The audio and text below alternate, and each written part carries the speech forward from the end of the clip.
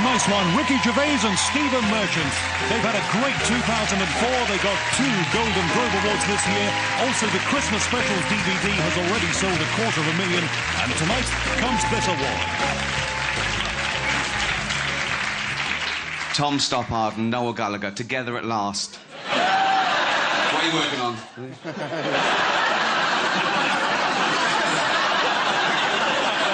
We don't have to thank anyone. No, we should maybe thank John Plowman. Why?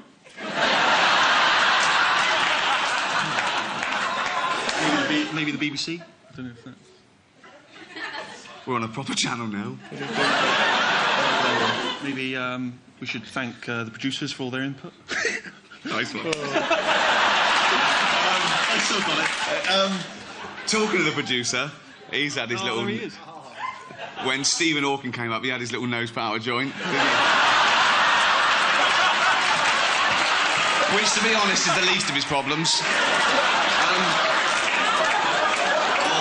Because usually he's the best one in the room. So I wanna... Don't worry, you're just the same as Stephen Hawking, but without all the clever stuff. Although he milked it a bit, didn't he? He's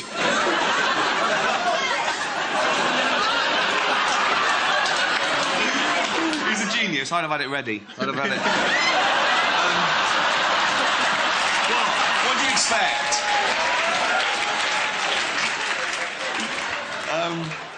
I lost him for a little bit. Yeah, you want him back. Want him back. Thank you very much. This We've won an awful lot for the show over the past 3 years. Too much. It got embarrassing, to be honest. And I won a lot of individual awards, but this is for writing. No, on a serious note, this is for writing because I can speak for Stephen as well. We are proudest of my writing. I knew he'd agree with me. And the thing is, the other thing about writing is it's not paid as well. I've earned about, what, 10, 20 times what you've earned. Really? I mean, again, that's embarrassing. And even in the industry, it's not looked upon as important. I've never seen Alan Yentob run across a crowded room to hug a writer.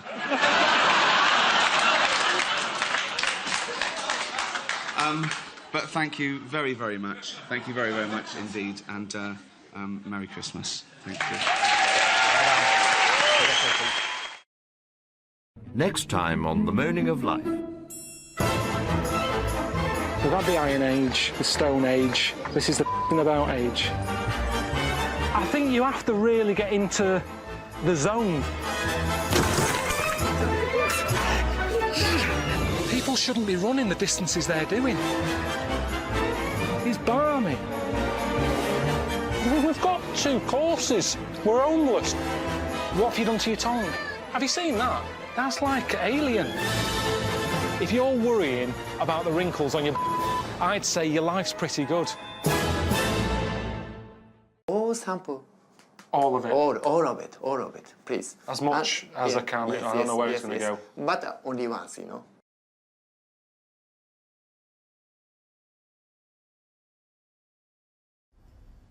Hi, I'm Ricky Gervais, with me Stephen Merchant. Hello. And the little round-headed buffoon, that is Karl Pilkington. We're here to ask you to donate generously to Comic Relief. Karl, thoughts? Good cause? I don't want to put it down, but... No, it's just every year. If I was watching this at home, it's kind of like, here we go again. That's all I'm saying. Right. If you want to give, give. If my dad's watching this at home now, he'll go home. It's not tonight, is it? He hates tonight. My mum gets annoyed because EastEnders isn't on. It changes the schedule. I don't like it when I see, you know, JLS sat in a tub of beans going, call up, makes no difference. I've made my mind up. It annoys me that they're sat in beans. There's people going hungry across the world. They're sat in a... God knows how many tins that is. It just seems a waste. Right. But you think the cause is a good one? But it's every year. So I think people sort of go, oh, not again. How many times... If you had a mate who kept saying to you, you couldn't lend us a tenner, could you? How many times do you go, right, OK, this is the last time. We keep giving you money every year. Right. And each year you come back again with your hand out. How long are we going to keep doing this? That's what you feel about Richard Curtis, who's behind Comic Relief. Well, Richard Curtis, I never see him doing the bad stuff. He's never out there, is he? He gets all his mates to do it. Look at this I've arranged. Meanwhile, he's at home. I've never seen him in the thick of it. No. Lenny Henry, he's out there all the time. Yeah. You know, he's good. But Curtis, I bet people at home watching this haven't got a clue about Richard Curtis. And yet he's the one who's going to get the knighted. Is he? What? Definitely. Inevitably, yeah. Definitely. I'd love it to mean something these days. I go, well, you've made a Knight of the Realm. And he goes, oh, brilliant. And I go, right, here's the suit of armour. Get on that horse. We're fighting the French. Let's see his face then. Yeah. Straight back onto Lenny Henry again.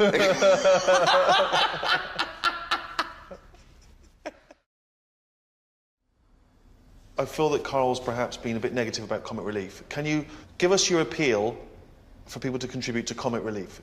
I just wish they'd focus on one charity. Just one thing a year. They go, this year, we're going to sort that out. And once we've raised money for that thing, we're not going to be knocking on your door again saying, we want some more. OK. That is it. What should we do? What charity do you want to solve? Everyone sends the money. Well, just something important. In the paper the other day, they'd raised money for a pair of slippers for an elephant.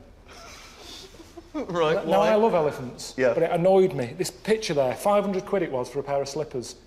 Why? Because he doesn't want to stomp around the house in his shoes. We can't say that. Exactly. You know, and sometimes he wears them over to the newsagent. You shouldn't go out in slippers. They're for shoes in the house. Right. And then that's what happens. It will nip out with them on. Then next year, the elephant needs slippers again. Hass and out again. In the street, there's always people. London, it's a nightmare. Honestly, you'd nip the people out. with the clipboard? Yeah, you couldn't avoid them. You cross the road, there's another one there. What am I going to do? I mean, a lot of the time, I think it's harder if you're a woman, a young woman, because the bloke's got them things on, Greenpeace or whatever, deafkids.com, and they normally approach young women and they use it as a bit of a chatting up thing. You know, look at me, I'm a good bloke, doing a bit for charity. It's always with a good-looking woman, not like some toad-looking woman. It's always a good looker.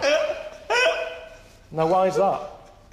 There's no evidence that says a good-looking woman's got more money. If you're watching this and you haven't been stopped regularly to give charity, you probably look like a toad.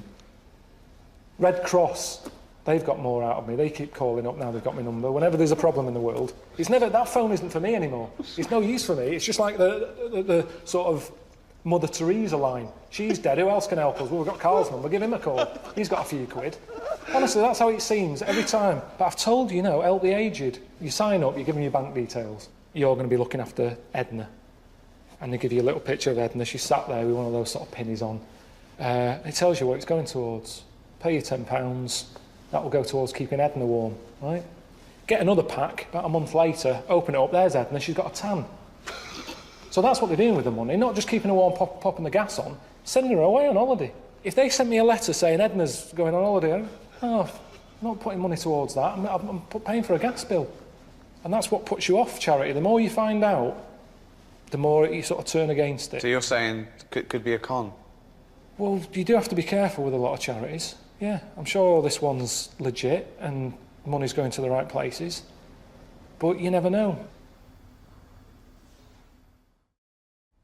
Now, I understand the cynicism. It's a drop in the ocean. It doesn't solve anything. It's people showing off on telly, right? Trying to get a bit of kudos, whatever, right?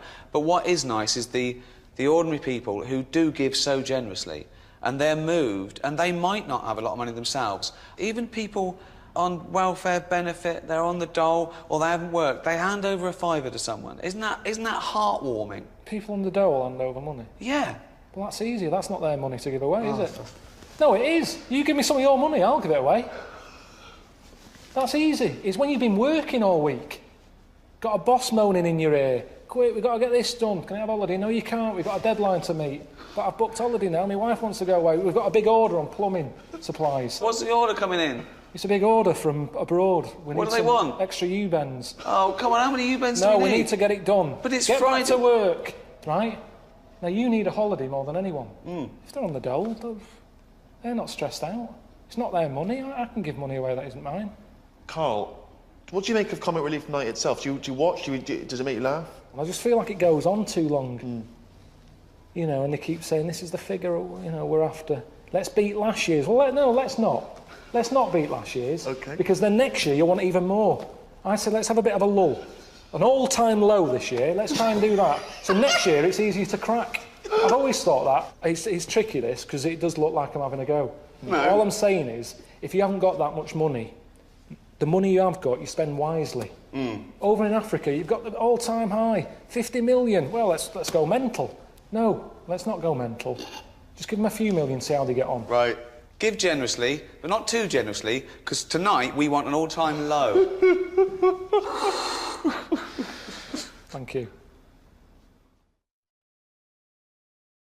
Take it in your hand and grip it lightly. Like that? Oh, that's good. Now, first, take a deep breath and blow. Don't sulk. And then put your finger... Oh, God! Just take it in your hand and grip it lightly. Like that? Oh, that's good.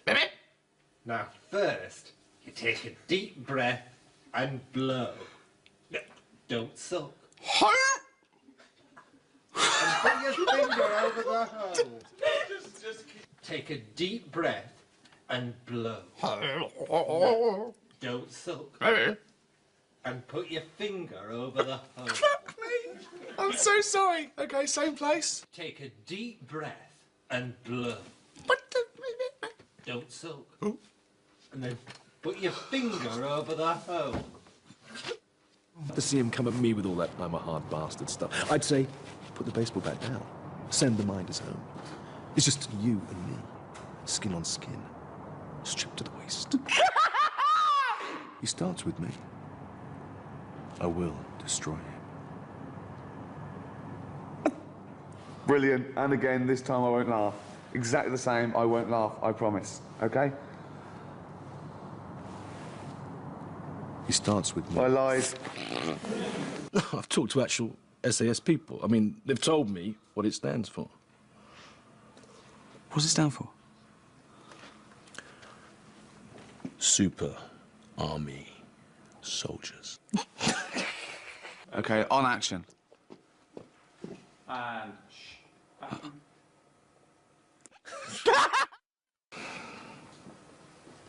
OK. Not okay. Super. OK. Ridiculous. OK. OK, this time. OK. Sorry, Jude, everyone. Carl, OK. What does it stand for, then? Super Army Soldiers. I'm fucked. And action. Fuck off! I actually took too much to begin with, and I was a bit screwed, I think. Yeah. All set. Told you. Fuck. And action.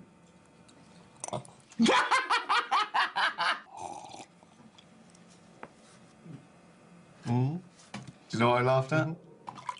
Oh, get him another cup. Well, it's because I don't want to have to keep drinking it. No, get him another cup. I can't do that. What are you talking about? I can't. Get another cup. I'm not having that. Fucking disgusting. But otherwise I've got to keep Recycle drinking the tea. tea and gone. But I've got to keep drinking the tea, haven't I, otherwise? Have a little sip of tea, drink it. But I've been out about 3 cups now. I was dressed up as a fucking genie for a day. You could be ever like a rat out of a drain pipe. So, that's all.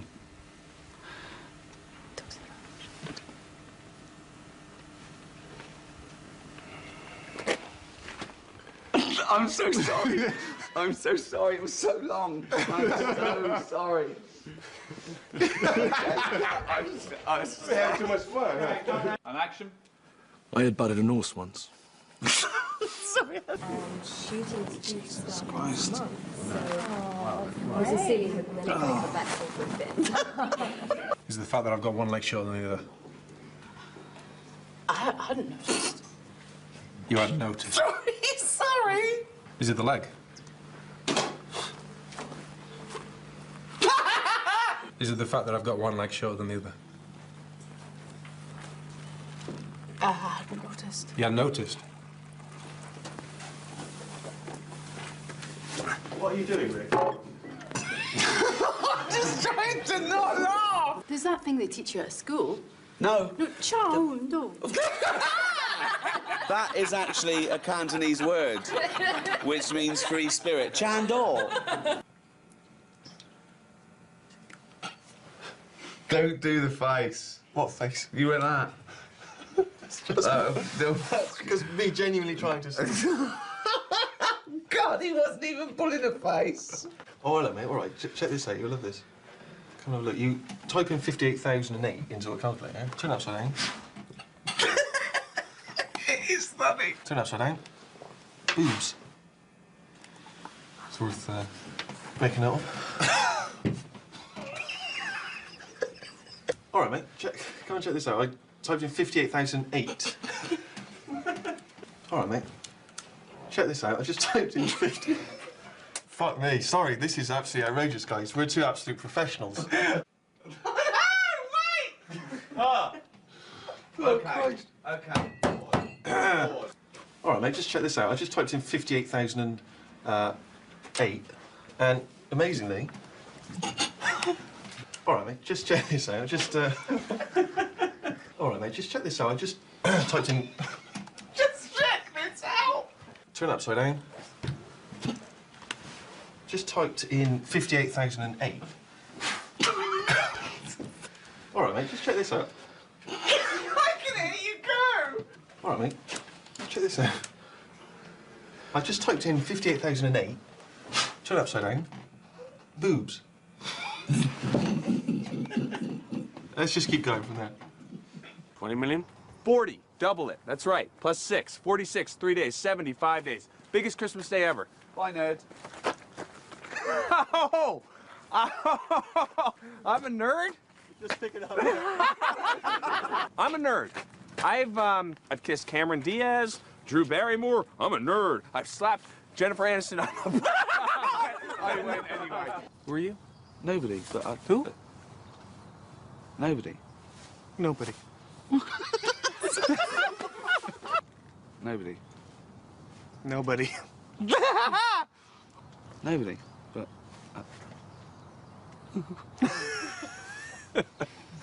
Who are you? Okay. Who are you? Okay. Who are you? Okay. You're aware that I'm gay? Not that. We don't make a song and dance about it. You know. I don't. No, I didn't. It doesn't matter. Didn't. Well, no, you didn't. And you don't make a song and dance, but you don't go. Ooh, hello, I didn't. No, not relevant. You're aware that I'm gay? No, because you don't make a song and dance about it. You're not all like.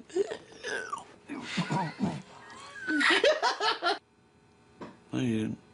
Because you don't make a song and dance about it. You're not all. Fucking hell! No.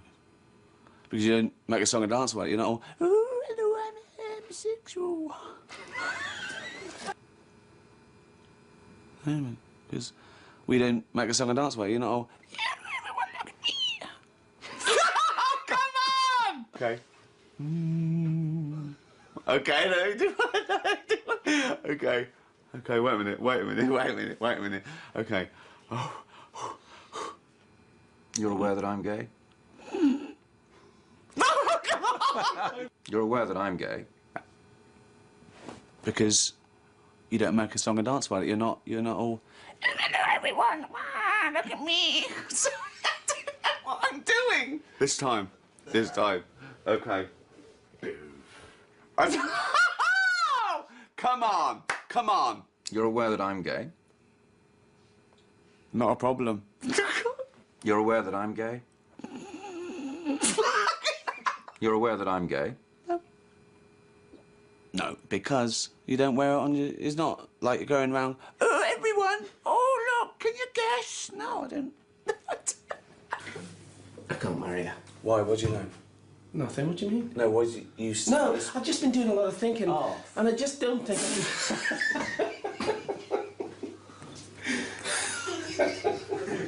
Just hold for a second. Oh, I've been in that lamp so long, I'm bent out of all recognition. Who are you? Well, I'll be whoever you want me to be, but you can call me Jeannie.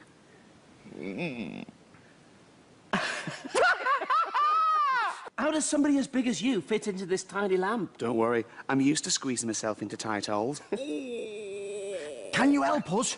We're in danger. We heard him say he wants to get Aladdin. Don't we all? That's mental! That's mental! We asked 100 people, will Les Dennis ever hang on to a bird? Our survey said... We asked 100 people, will Les Dennis ever hang on to a bird? Our survey said... We asked 100 people, do you want to go out tonight and see Les Dennis in Panto? Our survey said...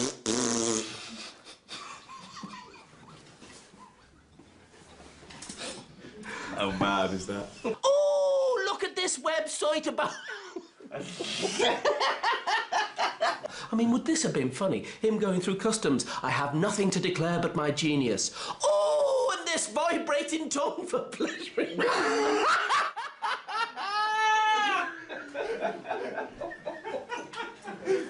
Oh, and this vibrating tongue for pleasuring fannies. Oh, is that funny? Well, again, when you do it, it's got a certain sum up, but it's Sunday, so let's just keep the fannies down to a minimum. All clothes fall off? Yeah. They fall off onto the ground, and she's scrabbling to get them back on again. But before she can get her knickers on, they fall off completely. She's scrabbling around to get them back on, but before she can get her knickers on. What's yours about? Do you mind me asking? Well, it's how best to explain it. You've seen me in X-Men. I'm so sorry, Patrick. I can just think of it coming. I'm so sorry. She's scrabbling around to get them back on, but before she can get her knickers on, I'm walking along the street and I see this beautiful girl, and I think I'd like to see her naked. And I'm so sorry, Patrick. I don't know what I'm going to do. I don't know what to do, other than leave the scene and let you talk to a teddy bear. No, you see, I can do other stuff as well. For instance, I'm riding my bike in the park, and this policewoman says... Okay.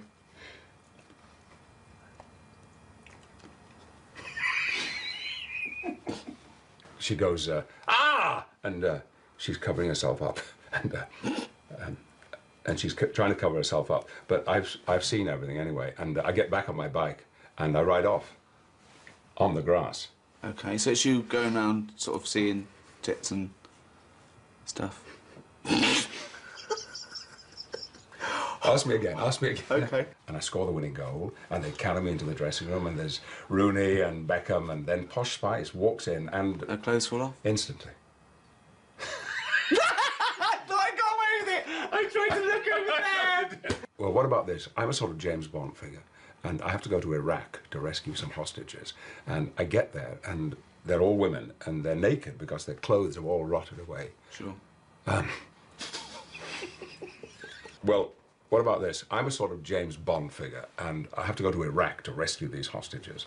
And I get there, and they're all women, and they're naked because their clothes have rotted off. And I rescue them anyway, and I get them into the helicopter. I rescue them anyway. I get them into the helicopter, and even though I'm flying the helicopter, I can sneak a look in the mirror, and I can see them, you see. And one of them is bending over. You see, Ridiculous. Morning, campers.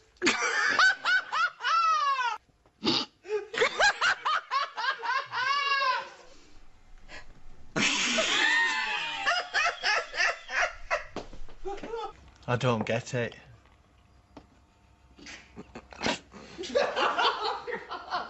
I'm not even watching. I don't get it. No. I don't get it. You don't get it. I've been without a man so long. I don't get it. You don't.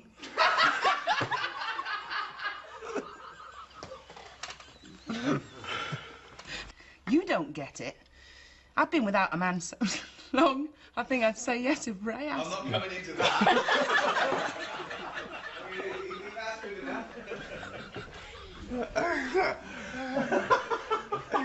You got my pen? Yes, take it. Oh, what's in here? I didn't know. We're having a wank? Yeah. It's all over the place. Let's go again. I'm so sorry. We're having a wank? You got my pen? Yes, take your pen, please. We're having a wank?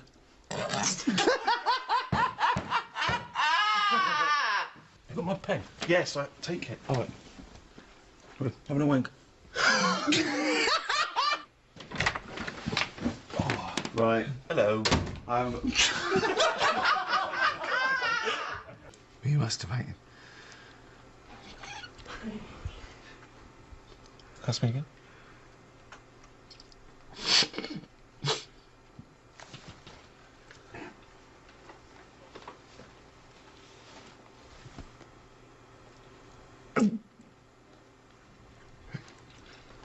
Oh.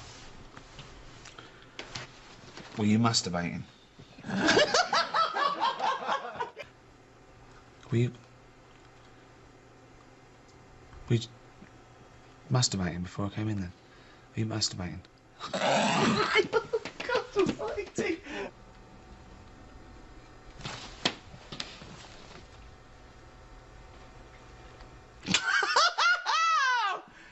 I was 1 second away there. I was 1 second away. Well, I should have locked the door, but I didn't think ahead, and the moment took me, and I just went berserk.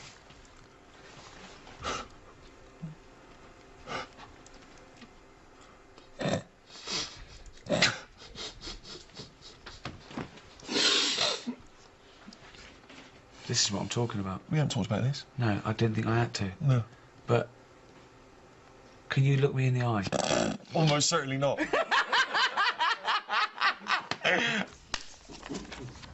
Never. Until today. Wizard. Wizard.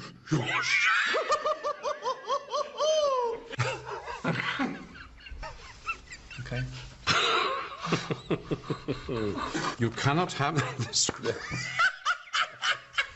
You'll learn the words, and you will speak them as if you were saying them for the very first time.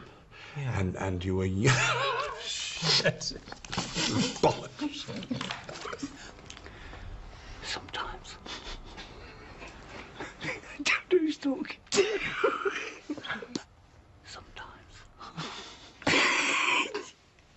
Women have fannies. Pop knobbing fanny. Oh, God! You fucking... Oh, God, you don't know how hard that is, Steve. Well, I was losing it here. Don't bite me! I defy anyone. Just sit there. Pop knob. In fanny. Pop. Men have knobs. Women have fannies. A man has a knob. Pop knob in fanny. Bastard! Okay. Pop knob in fanny. Not up your arse. Straight at the camera. What could be more normal than shoving your cock up a man's arse? Okay. Okay. Let's keep jiggling. Okay. Jaggers plays cock. 6581, AMB cameras. No. Come in. Hello. Hi. What seems to be the problem?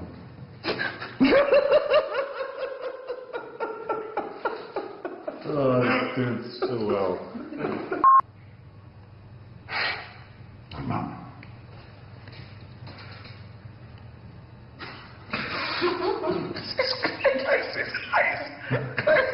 Like it's the most important piece of evidence acted. Okay. Come in. Hello. Hi. What seems to be the problem? As I said before, I've got full-blown AIDS.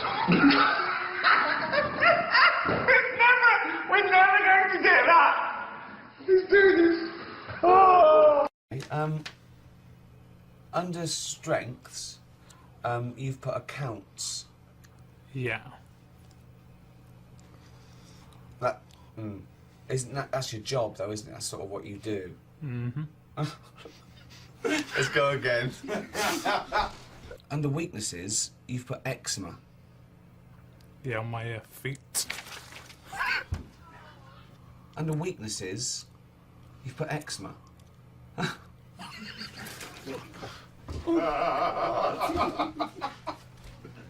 on the edge all the time. Do you remember the question? No. Okay.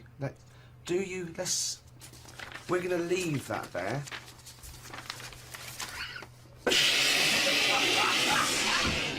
Welcome. Oh, is there?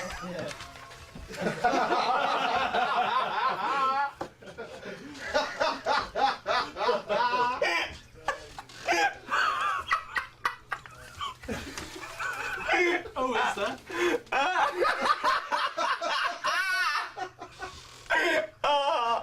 Who says famine? That's to be depressing. That's not.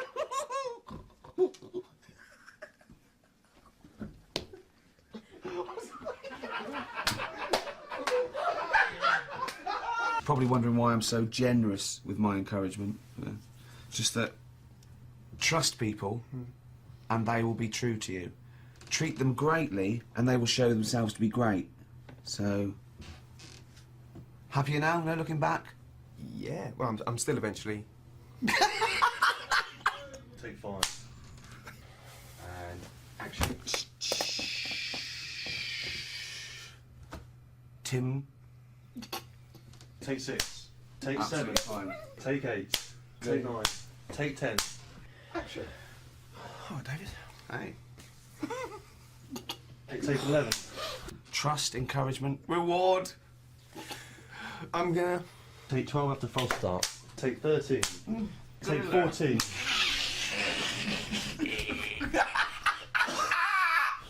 Okay, let's do this. Take 15. Take 16.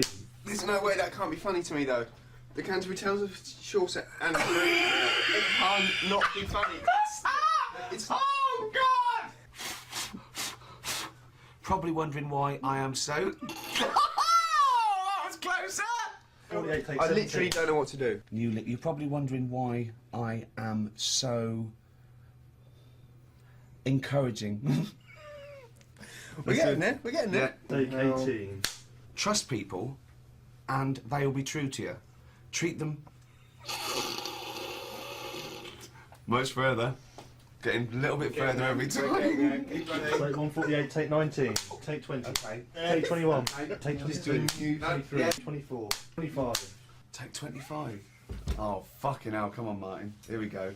Fucking take 25. Oh, embarrassing. Right, here we go. Cut. Jennifer not with you? No, she's on her way. Monkey!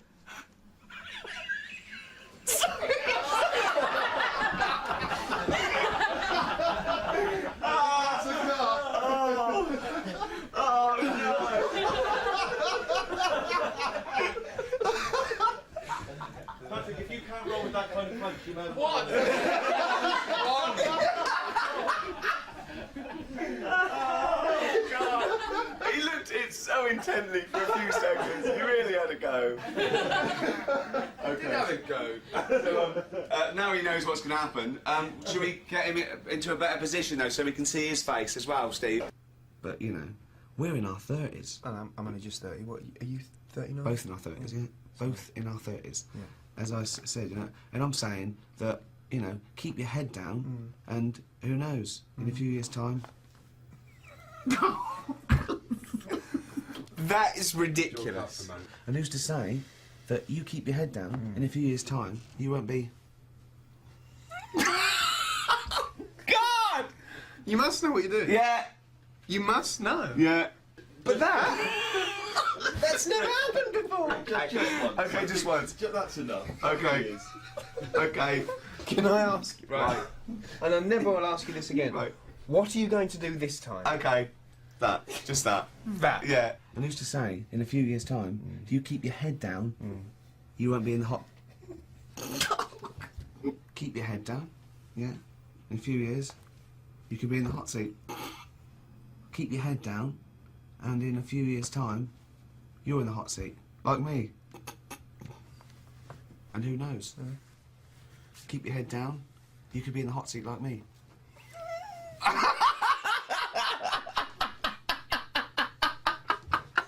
If you want the rainbow, you got to put up with the rain.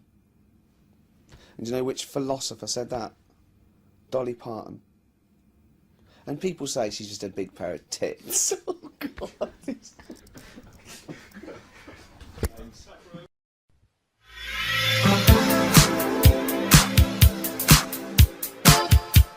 It is hard eating a little kangaroo knob. If I was there and Dexter said, right Carl, eat the knob, I'd go, hang on a minute. I'm saying like, I could eat a knob at night.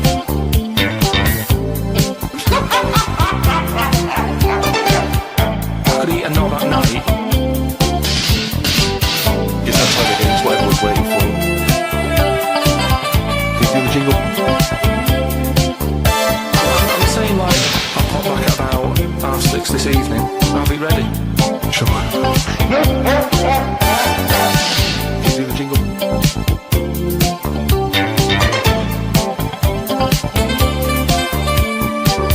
It's that time again, it's what everyone's waiting for. More music. I'm saying like, I could eat a knob at night. I'm saying like, I'll be ready.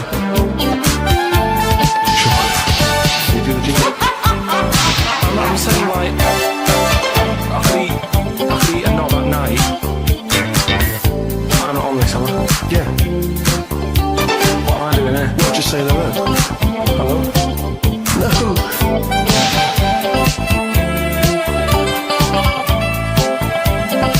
I'm saying like, I could eat a knob at night.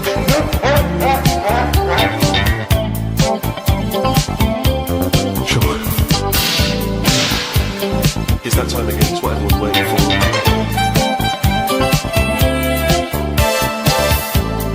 Can you do the jingle? No music. Hang on a minute.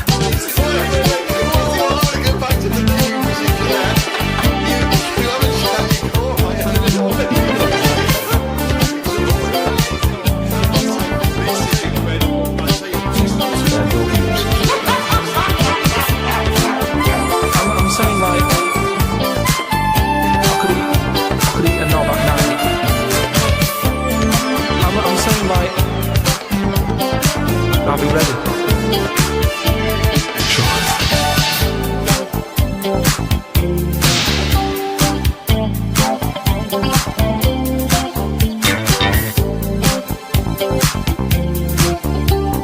It's that time again, it's what everyone's waiting for.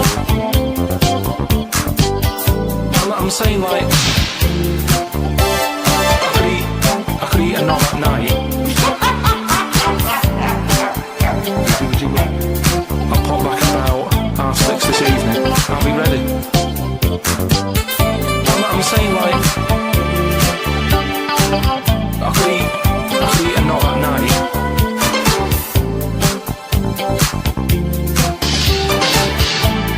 I could eat a knob at night. Really? How'd you know?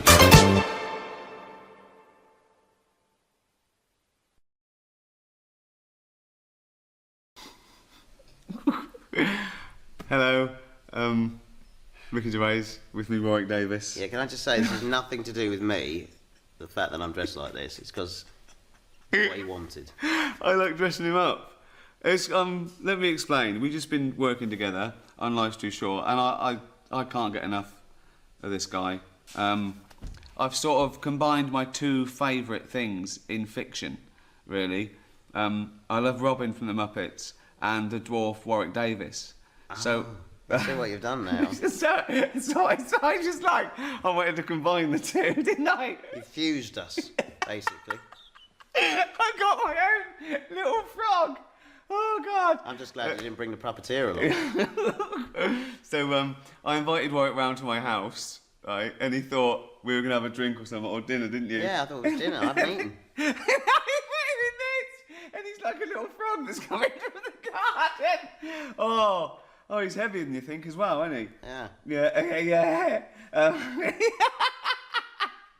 So what was it like, filming on Life's Too Short? Oh, every day was an adventure, to be honest. Look at him! He's dressed as a fucking frog! Yeah. Oh, this is my best day ever! We cut out a little ears, didn't we? Yeah, we did, yeah. Little frog. Could you hop? Could you hop up the stairs? I don't think I can hop. I honestly don't. Well, you can have a go. Now we've got the... see if you can hop up the stairs.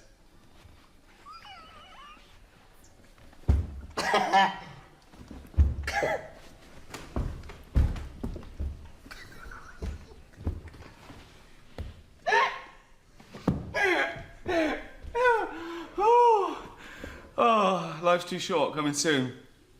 Oh, God. Could you stick to a wall?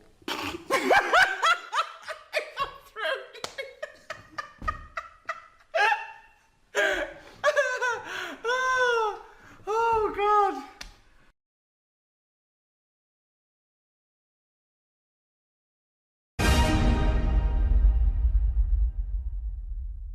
I had an injection to sort of protect me from dirty chimps. Learn English, all pulled together. Anyway, what was my point? In a few words, your gut reaction. Yeah, your gut reaction isn't wise, because it still hasn't settled since all these places.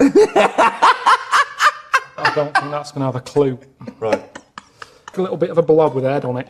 I mean, really weird looking stuff that you go, I don't know what it's doing in the world. In the end, they ate one. Oh, God! To be quite honest, I thought it'd be a bit more virile. Even though he's 23, his penis is actually 102. Why did he have that put on?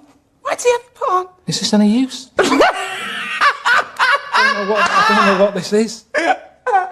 No, nothing wants your penis. You'd be surprised. Honestly, there's some weird stuff out there. Now everyone's saying to me, you've seen the Amazon? That's amazing. Well, how come the stuff that lives in it doesn't want to live in it? They'd rather live in my knob than live in the river. So you're telling me that I'm meant to be lucky? That's what I'm saying. Nowhere's safe. Bring Suzanne, your girlfriend, back anything from these trips? Yeah, I got her like a turtle that you blow into its arse and it makes a tune, but she hasn't played with that.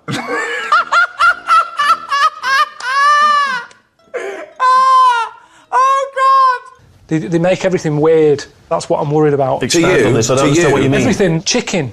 Why is it orange in Chinatown? Just the slightest thing. The chicken is orange. I'll just give Suzanne some No, flowers. because she'd be going, oh, aye, what's been going on? If I built her that, she'd be going, what's been going on?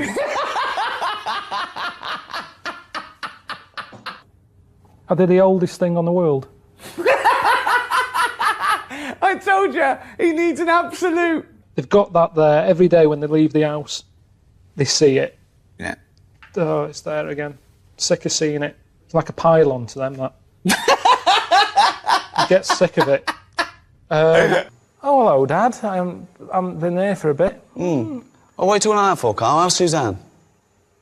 I'm not with her anymore.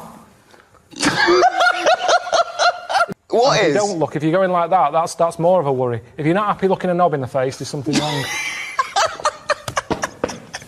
You should be comfortable with it. Just there you go. It's a good rule of thumb.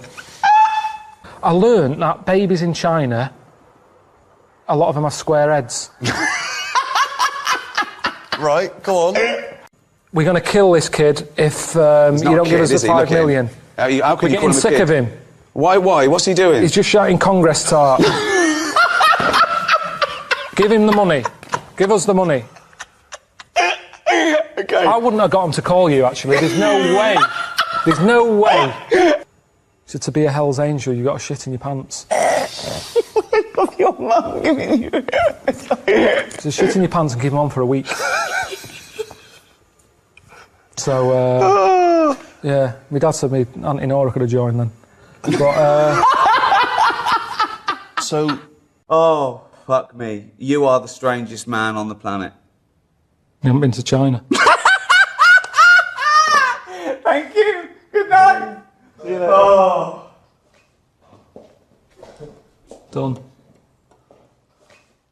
A lot of people are having a good deal of fun, including these two gents, Russell Brand and Ricky Gervais. Try and behave yourself, gentlemen, if you can. Do that again and do the names. No, I'm not doing it again. That's fine. Like he's Russell Brand, I'm Ricky It's Gervais. like, I think people can work this out. Yeah. I think people can work it out. The short one and the tall one, so don't worry about that. Now, as far as you're concerned... which? I don't know, I haven't worked that out yet. As far as you're concerned... That's his attack. That's his first attack on you, Ricky. Oh, What's he yeah. going to say about me? Heightis. Okay, should we talk about something else now? Yeah, go on. Okay, Up to climate you. change, all right? Okay. Are you here tonight just to enjoy the content? I'm not here to tonight. do the job? I'm You're not even here tonight. He is. This is He live. is. This is pre-recorded. Right, okay. Well, this is all going horribly wrong. You isn't asked it? us. I know. I did I'm warn you. regretting it now. I'm Yeah. regretting it now. No, it's a Climate it's a change. pleasure to be here, and everyone here is an absolute professional. Except him, he's a shambles. Are you drunk? Not yet, not yet. Now, climate change then. You know, is it something that you're interested in, or are you just here for the booze? He's not holding that microphone. Perched. I should tell you what his other hand's doing. All right, no, never mind. Look, it's holding this, so don't worry about that. Don't believe everything you hear from this man. So I'll ask you, climate change, is it something you think seriously about? You're the preferable one. Right. Imagine that. Someone Yeah, would you've rather got- talk to you than someone else. This Go is on.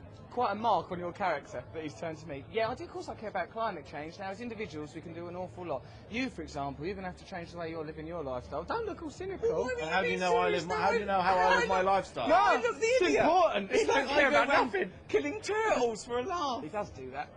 So climate change and my lifestyle.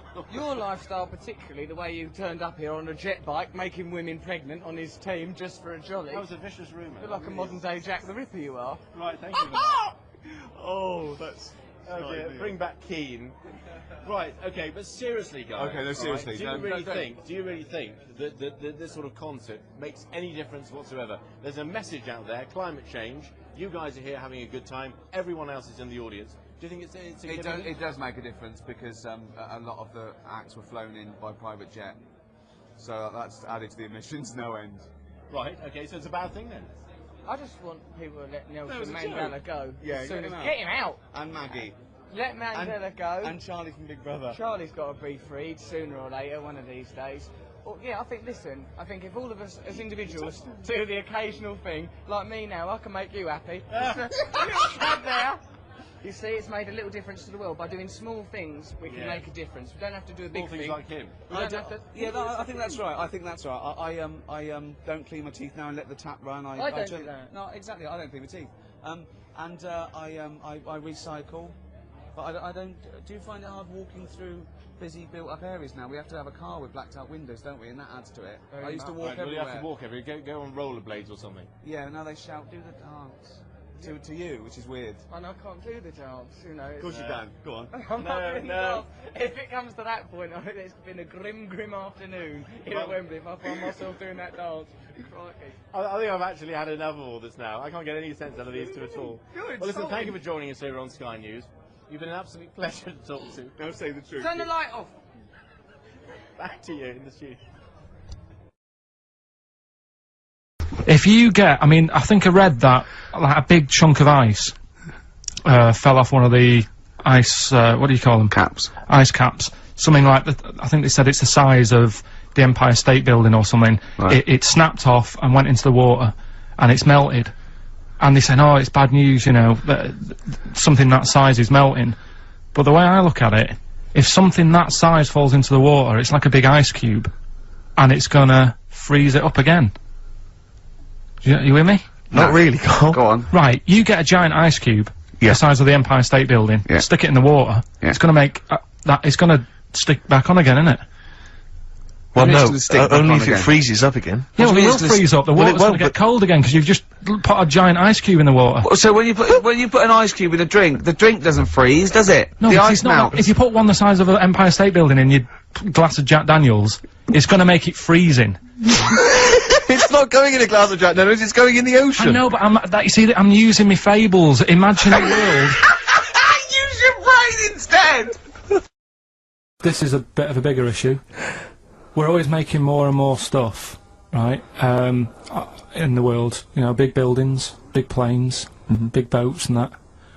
Will we ever get to a point where all this is too heavy for the world to handle? Right, what error has he made there, Steve? What physical, scientific error has he made there with that question? I can't begin to explain it. Carl, we're not getting the rocks from other planets. It's already here. It's like having a big pile of books in a room and then moving them over to the other side of the room and build a thing going, oh, can the room take it? I'm building a lot of things out of these books. What about plastic? Where's that come from? Other chemicals that existed on the planet. Yeah. Do you see the point? Hang on a minute, though. What about a little tree? You plant that as an acorn, it grows, Rick. That's bigger, that's more stuff. Yeah. Don't listen to him, Carl. He's patronising What you. about acorns and that, though? Right, they grow from minerals and proteins already in our atmosphere or in our, the mass of Earth. What about a cat, Carl? Right, you get it, it's a very tiny kitten, but it grows up and it's bigger. Carl, he's doing it on purpose. Elephants, they're very small to begin with, but they get bigger and bigger and bigger, and so they get heavier and heavier. Mind you, dinosaurs have gone. You know, but you... but you know, These are milestones in human evolution. The opposable, the forward-facing eyes, the upright. These are massive things in taking us out of the animal kingdom. and one day, Carl, you'll walk upright. But what do you mean about eyes facing forward? You mean before we got here, there was people whose eyes were looking in their head? I don't understand. Is that what you mean? No, because when we got sort of binocular vision. Do you know Anne Frank? That's all I know about Anne is. There's no point pretending here. Anne! That I know stuff. Yeah. Right, Tell us everything you know about Anne Frank. she was in a cupboard. Yeah, what else? If she didn't do that, I wouldn't know about her, seriously. That's all I know about her. Yeah. So what did she do? But how do you think we know about we know about her cupboard because of her book, don't we? But hang on, what, in the bigger scheme of things, why was she in a cupboard? I don't know. Right. I honestly don't know. You don't know anything else about Anne Frank beyond the fact that, to quote you, she was in a cupboard. Well, what's she done then? You tell me, why should I know more about her? Firstly, I don't think she was in a cupboard. She wasn't in a cupboard. She was in an attic. Alright. Yeah. So what was she doing? She was hiding from the Tidying Nazis. She was hiding from the Nazis. But isn't that the first place they'd look? Sort of work from the top down. Carl, they weren't specifically looking for Anne Frank. They weren't going, where is she? Where's Franker? If she gets that book out, we are in the deep shit. We've got to stop the book. And then we went and had a look at the volcanoes and that. They've got 36 of them to look at. How many did you look at before you realised that pretty much, you've seen one volcano, you've seen them all? Probably about 6 or 7. Really? Yeah. And then when you got to the 8th, you thought, now I know what this is going to be, Suzanne. This is going to be like a mountain with a hole in the top. Yeah. Really? But it happened years ago as well. It's like, just keep a couple, fill the rest in, tidy it up. Fill the rest in! Yeah, no, Well, getting some builders. No, seriously though. Okay, 4 million tons of concrete, please. They're an absolute death trap. Yeah, what? Yeah. What do you mean, fill them in? Do you know what a volcano is? Just a hole, isn't it? That's happened. Well, it's more than the happened back hole. It's more a portal to the magma in the centre of the Earth. Back in 1730 it happened, and they still haven't sorted it out. Well, when you say it happened, volcanoes were made a lot longer ago than 1730. No, but the one that did Lanzarote. Right. Sort it out. What would you suggest? Well, How can tidy they up. fill it in? It's joined. It's all joined. No, but what I'm saying is, the big plates of the Earth are all joined. It All was the a disaster, magma's wasn't it? joined. With the trade centre thing, that happened. They cleaned it up, sorted it out, they've moved on. That's what I'm saying. Whereas Lanzarote have just gone, leave it. It happened back in 1730. You misunderstand me. How, in the name of God, can you fill in a volcano? You ignorant twit. No, but it's not just the holes. They've actually left the lava everywhere. That's what I mean. It's not just the big holes. There's lava everywhere. But it's molten rock. They can't just pick it up like a carpet. Put it in the holes. The holes are there ready. Just push it all in. That's what I'm saying. You know, like the monkeys peeling potatoes. Right. That's never happened. They go and put nuts in the salt water to salt the nut. Whatever. How does that get to peeling potatoes? Because in your head, they were working in a canteen. Making chips. Yeah, definitely, yeah. It doesn't matter what the food is. I'm just saying how they know how to sort of prepare I that love food. the fact that you don't care what the fact is. When you're discussing facts, that's all that matters. Otherwise, on Mastermind, they just go, who wrote Much Ado About Nothing? Dickens? Yeah, close enough, whatever, someone did. The fact is what matters. Yeah, but with that question, that's got a straightforward answer. What I'm telling you is the way that animals work. If it's a potato or a nut, it's a foodage.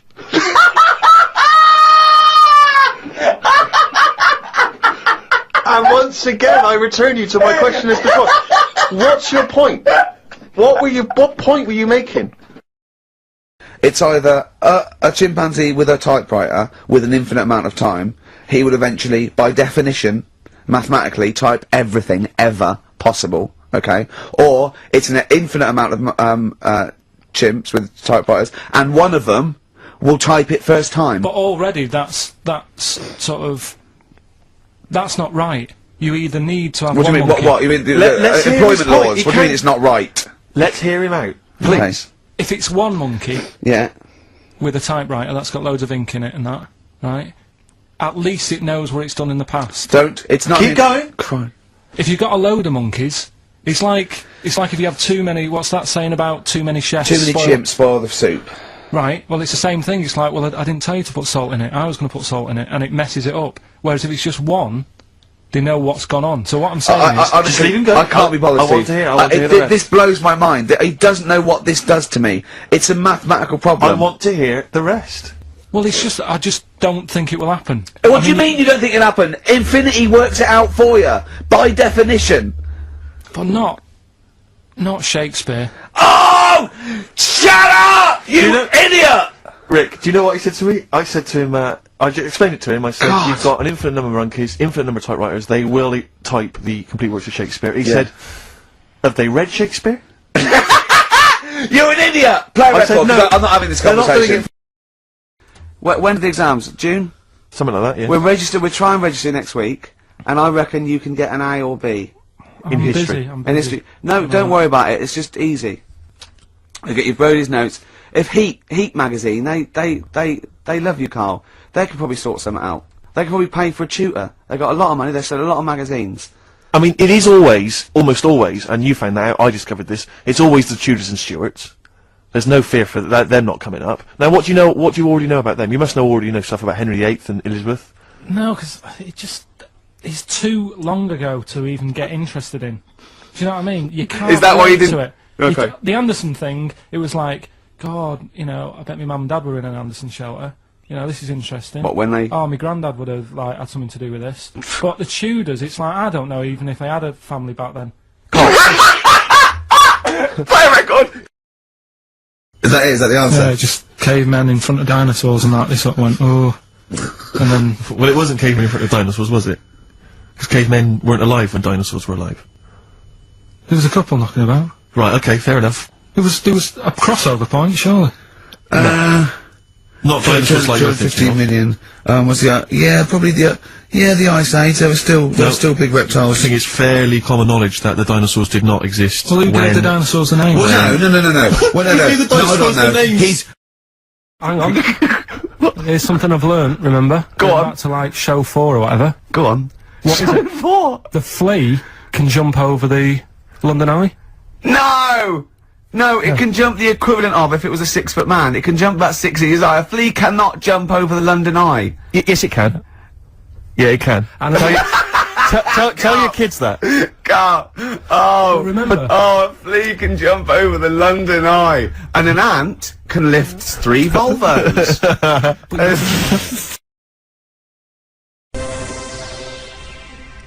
Carl. What? What would you rather do, right? I sort of put you in a ball, squash your head, right? Tie your head to your knees, like that, right? You have to walk around like that, right?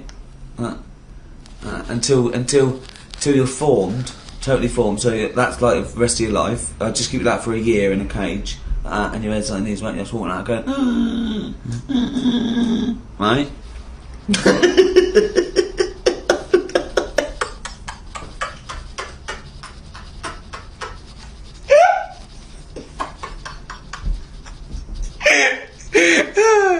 Oh, Christ! Oh, Christ!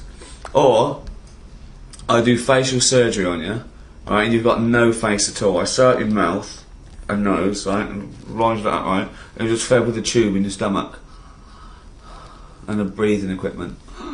So no eyes?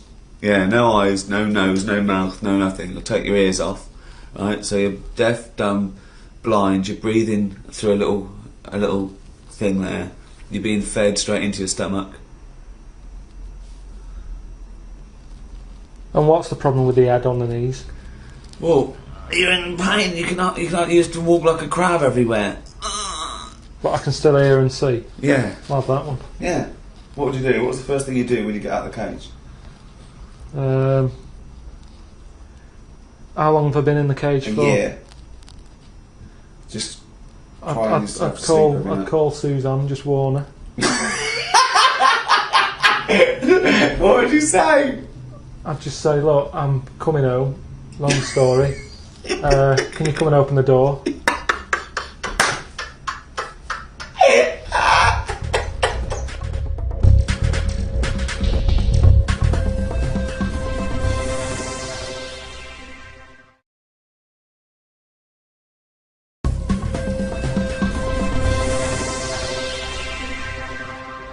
Hi, TV's Ricky Gervais here.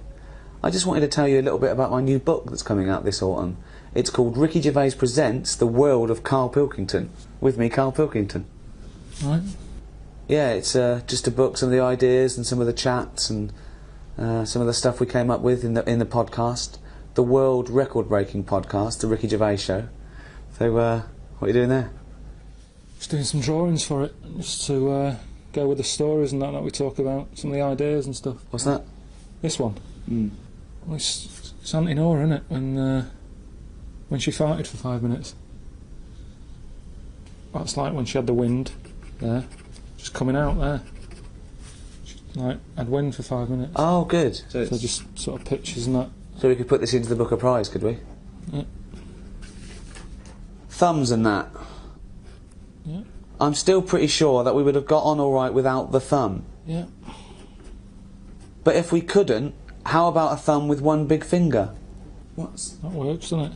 It's just that idea I had. So now I went to school with. Yeah, well, there's a picture of them. The sort of two kids who had big heads. They also had like webbed hands. So they got by all right. They didn't struggle with stuff. So I just thought, you know, if everyone had hands like them, less fingers, less messing about. Good. Maybe Richard and Judy can include this in their book club. Put a baby in a room with no contact with outside world. Why? Well, just to find out if, you know, it becomes gay or straight or whatever. Do you know what I mean?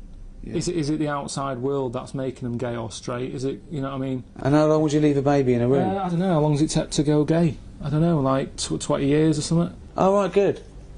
You're sticking a baby in a room for 20 years? Yeah, I mean, it's not, you know, feed it and stuff. So through the letterbox and that. Don't go mental. And what would this be for Channel 4, would it? If they want to televise it, they can do. But I'm just saying, just do it if it's not for the telly. Good. Well, people are rushing to buy that book. That's Ricky Gervais Presents The World of Karl Pilkington. It's the sort of book that you'd find written in shit under the floorboards of a serial killer's house. Brilliant. Well, good luck. Cheers. Put my name to that.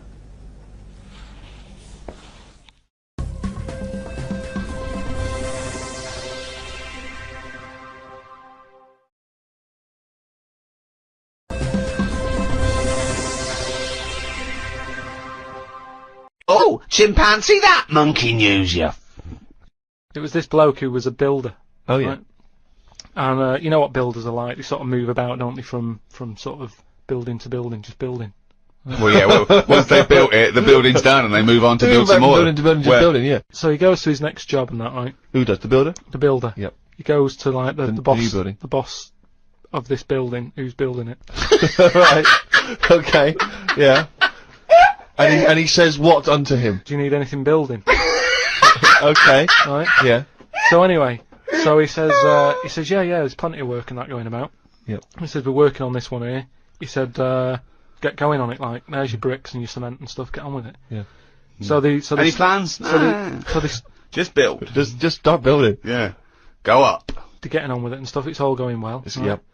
But he notices that there's someone working high up, right, on the Okay. top bit. Sure. Because do you know, like, there's girders and stuff on these big buildings? Yeah. And he's still building the bottom bit, And which he's is still, weird. yeah, well, that's the way they do it there, apparently, just to sort of speed it up, work from top to middle, from top to bottom. Sure, that's in imaginary land. We So put the anyway. spire on, now we better do the foundations, Yeah. and then put some stuff in the middle to keep it up there. So anyway, he's saying to, like, the other workers, he's going, who's that up there? Who's that up Like, there? He's working on his own. Was it, what, the little fella, was he? And, The little hairy fella up there. Who's the little hairy fella up there with the hard hat? And the other fellas are going, look, you know, don't ask questions, you know, the boss decides who he takes on, we're happy to be getting paid here. Don't ask questions! Yeah. Well, I'll see him when he comes down. So he said, well, it's pretty impressive, you know, the work rate he's doing, the way he's getting from one girder to the other. Swinging, is he? He doesn't seem to be scared of the heights or anything. He said, no, just let him get on with it, you know, we work well as a team. Lunchtime comes, they're all sat there, sat on a little wall having the sandwiches, just thinking he'll come down in a bit. He's just carrying on. Is he just still going? Still going on that, right? So the fella says to the boss man, he says, isn't that fella up there gonna come down and join us for lunch? He said, like I said, mate, don't worry about him, right? So he said, oh, anyway, you've reminded me that he's up there. He said, he's doing a lot of riveting and stuff up there. He probably needs some more nuts to, Right, sure. And what kind of nuts is that? Is that nuts to food or? So he said, what, nuts? He said, yeah, just, there's a bag full of them there, just put them on the hook, send them up, and he can get on with his job. So anyway, he picks these nuts up, right? Yeah. Just hooks them on. He thinks they're not that heavy, considering, you know, I mean, they're normally pretty heavy, aren't they? Like, nuts big and bag of bolts and nuts, stuff. yeah. So anyway, he has a little glance in. Oh, no, what's in there? Nuts. What, you mean nuts that you can eat? Nuts that you can eat, Oh. right? So they send the bag up, and he's thinking, what's all that about? He checks him out, starts to stare, works it out. You can see that he's a little chimp running about, so he goes, I'm not happy with this. Why So- isn't he? Yeah. He said, all them Is out the there. boss sitting in a tyre? He said, all them lot out there might not be wise to what's going on here. He Yeah. said, but I've clocked it, and you're sending nuts up to it. It's a monkey, it's not on. So he goes, look, you know, we just all try to earn a living here. He said, don't get involved in it. I'm happy to pay you, but I'm paying him. Don't interfere. He's paying him. And he's saying, look, I'm just not happy with this. It's not allowed. So the boss was saying, well, We to be pay honest, peanuts, we get monkeys. He said, to be honest, mate, you know, he's a great worker. He's known for doing what he does. He's a good grafter. If one of you's going to go, right, I'm afraid I'll have to let you go because he's been here longer than that. Yeah. He was made redundant. None of because that of the happened. He was laid off. None of that happened. He's laid off and that. And that's where that's saying about, you know, like there's a lot of tower blocks and that in America. It's like the chimp off the old block. Is where... So that's monkey news.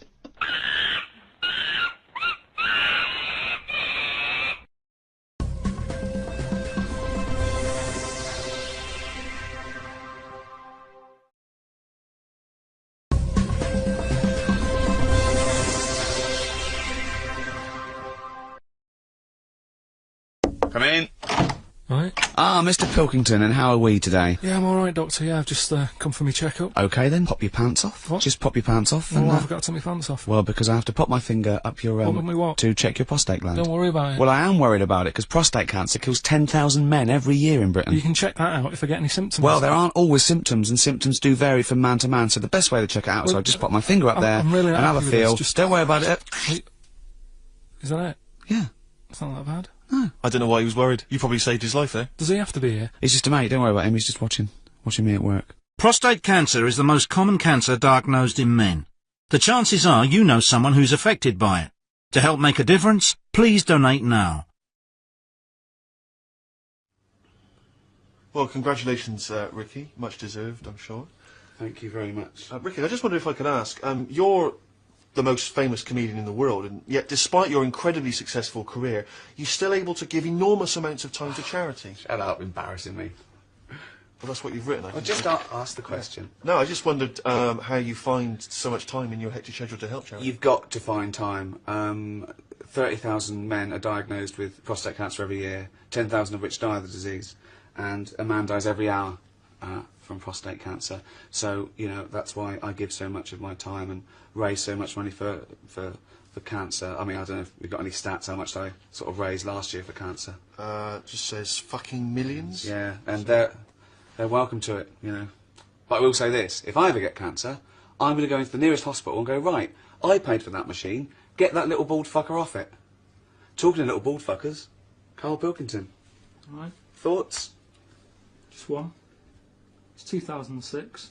Why are they still using the finger? Good point. Good question. Chris Martin from Coldplay. Got a few questions for you. Can I wear your sunglasses?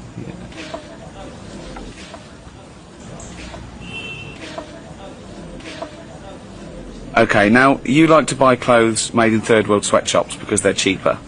Do you prefer Chinese or Indian made stuff? Indian. Chinese don't know what they're doing. See your head a little bit. We want to get the noise, the microphone there. Right, ready? Hold on. Good. So you're just doing it? Hold on. Now, it's in position. What if it... Oh. Ready? Yep. Oh, God, it... Oh, no! Oh, it's like Jackass. Now, at the Conservative Party conference a few years ago, you made a rousing speech saying that if Labour banned fox hunting, you'd leave the country. Now, you did leave, but now you're back. Isn't that hypocritical? I just came back to get some stuff. To get my hunting gear. I came back to get 2 guns and a knife.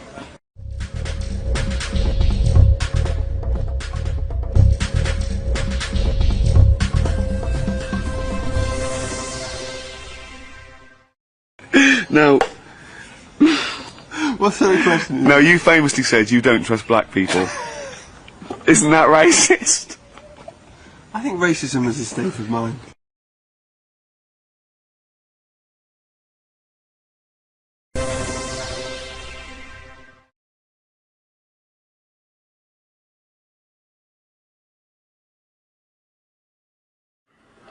There's the sleep, they're sharing a tent. I've only got one, well, I've got one tent between them, have they? Yeah. But why don't they take 2? A tent's not that big. Oh, yeah.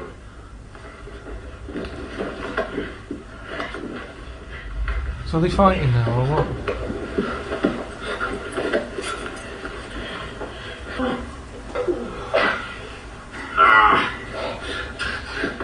It was cold outside, he said come in my tent. And then that happens. What do you think, Carl? I'm still none the wiser as to why they do that.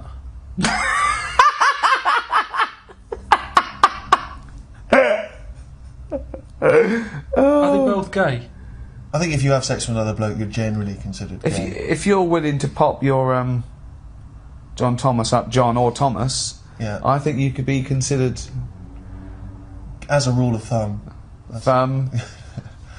What I mean is, if they're mates, they're going across the western, whatever it's called, right? Across the west, on their horses.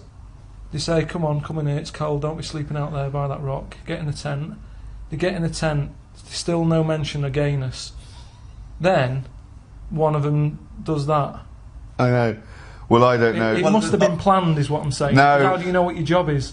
No. It's not like you know what your job because is? a man and a woman, it's like, well, we know what we've got to do here. But with them, there's different options. So how did they know what whose job was what?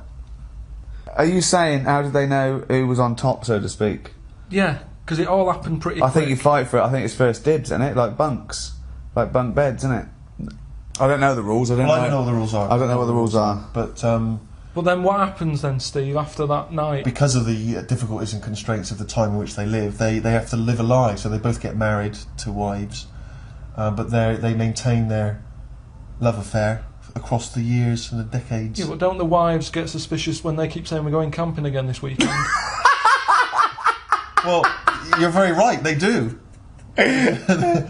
But you wouldn't suspect a cowboy, would you? Except the one in Village People. Yeah. I thought he was the only cowboy. He's fairly... That was a little bit iffy. Yeah. I don't know. He hangs around with a Native American who's normally the antithesis of the cowboy. The cowboy and the Indian, they hate each other. They hate each other, yeah, I know. But they're hanging out. So are you going to watch the rest of the film now? Is it whet your appetite? Could the film still happen even if they weren't gay? Is it just a cowboy film, but that's a bit of filler? Let's just have another watch and see if there's anything else. Oh, does he want to watch it again? Are you sure you want to watch it again? Listen, if you want to watch it again, watch it again. Yeah. No, I'm just... What? No, if you want to watch it again... If you want to watch it again, watch it again. Don't be afraid. Don't be afraid to watch it again. If you want to watch it again...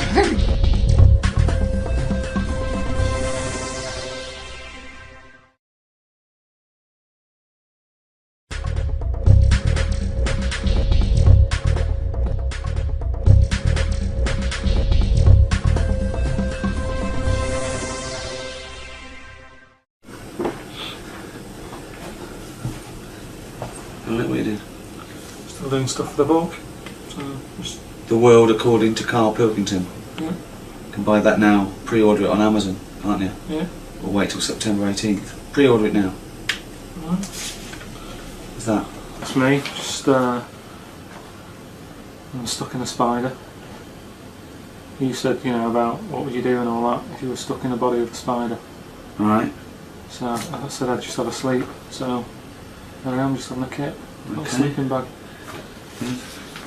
That's the thing about if you cut off an head, the body lives for like about a minute. Doesn't. No, it does. They did a test, didn't they? No, no one did a test. We've done it. Got freaks. My favourite freaks. Oh, right. Oh, that's a... Yeah, a lot of people want to know what your 5 favourite freaks are. I'd buy a book about that. So number 1, the Elephant Man. You know that.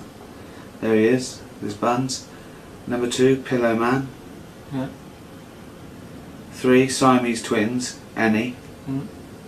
4, Three-Legged Juggler. 5, Pig-Faced Woman of Manchester Square. They're not in like that isn't in an order that I want to see them or anything. They're all as good as each other. Okay. So maybe if you're a freak and you want to meet Karl, would you want to meet a freak? If we could, there's 6 billion people in the world. Must be somebody like this that wants to. Would you want to meet the Pillow Man? Yeah, he'd be all right. But how's he going to get in touch? Siamese twins, I don't like because it's 2. That'd be trickier. I don't think. What if one of them liked you and the other one didn't? He couldn't stand you. Yeah, One was like, I love Karl Pilkington, he's brilliant. All right, Karl, you coming out? Yeah, but I wouldn't want to put them in that situation because I can go home. They're still bickering. So yeah, I don't want to meet them. Three-Legged Juggler? Yeah. What would he have to juggle for you to take your eyes off his legs? Well, that's the thing though. He'd think I'd be getting him in to sort of do some juggling, and he might sit behind the desk and I go, oh. I'm not interested in the juggling. I love the fact that you think you can get him in. You can hire this man who probably died 100 years ago. Monkey, that was a fireman. Wasn't. Just the idea of a cat with mops on its feet to clean the floor. That's that good invention that came out. I'm pretty sure that's not a real invention. And there's you washing up with your little trousers down. I mean, I really must applaud the effort for this though, Karl. That's because really most, no offence, sort of dimwits, morons, cretins, idiots, they think all this shit, but they don't bother putting it down. Yeah, and they certainly don't bother colouring it in.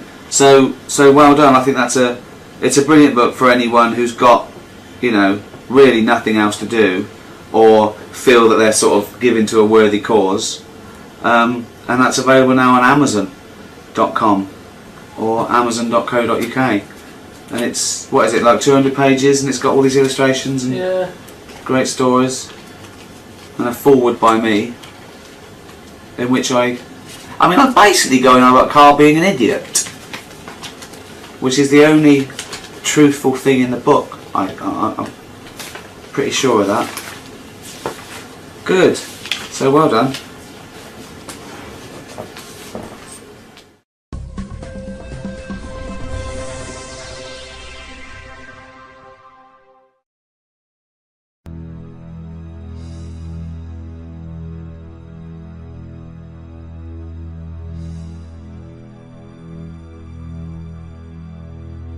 Have you ever been in a hospital when it's been shut down, or a school when there's no kids in it, and there's that sort of bad atmosphere of, like, weirdness? Yeah. Right? For the sake of argument, yeah.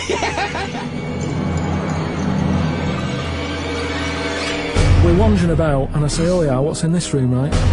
And all the floors are like a wreck and rotten and stuff. Oh my God.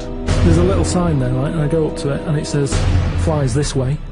So I follow the arrow, which goes to this corner where there's a shelf, about 3,000 dead flies on it, condom stuck on the top.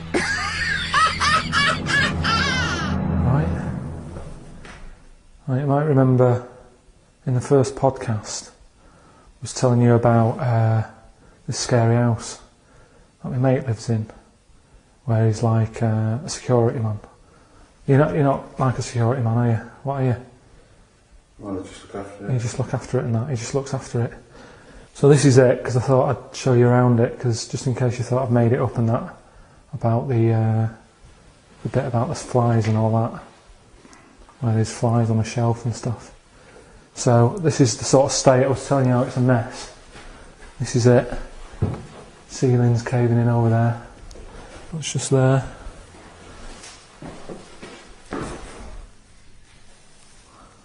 Pair of pants.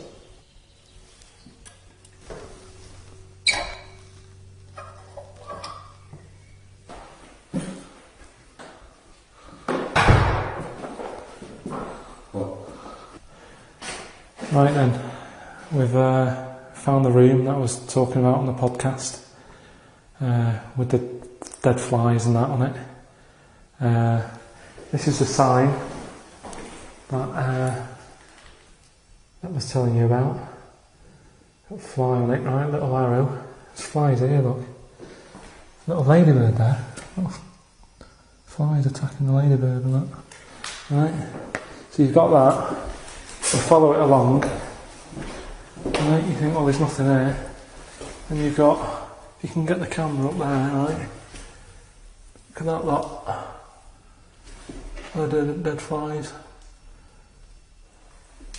I'm just showing you this because some people have said, oh, you made it up and all that.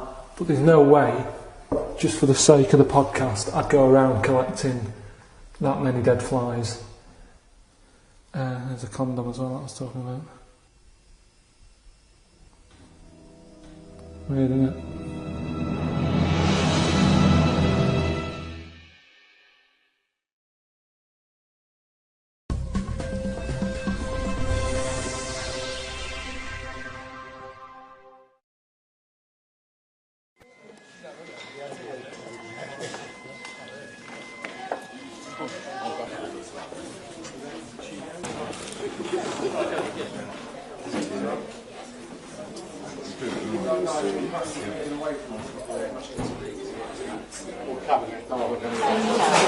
Hi, I'm Ricky Gervais, here on the set of Extras. Extras 2, coming soon. People are busy working away, and they're annoying me a little bit because I'm trying to do this, so I'm in charge. Shut up!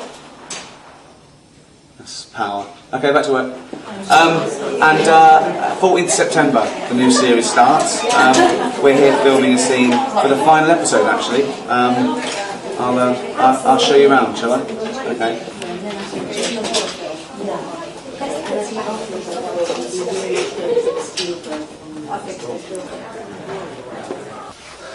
I know what you're thinking. What hospital are we filming in? It's not a hospital. She's not a real nurse. Unless we just put this in. Hey? Do these look ill? Bad example. We're going into the main studio now. We're just using a little corridor there for a hospital.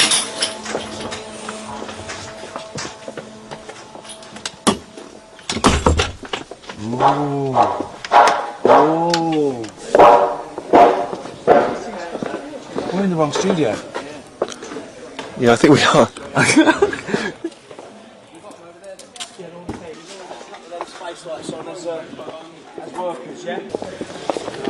Oi oi, who's this little face? Excuse me. Yeah, can I help you? It's Robert Lindsay off My Family. Well, not just My Family. Citizen Smith GBH. repeated soon on E4. One of the best drama series of the last 25 years. What are you doing here, Robert? Well, Why am I? yeah, I've been asked to work with you two. That's an exclusive. That's not out. That's something the papers haven't got. Robert Lindsay's in extras as well. There's a little bonus for you.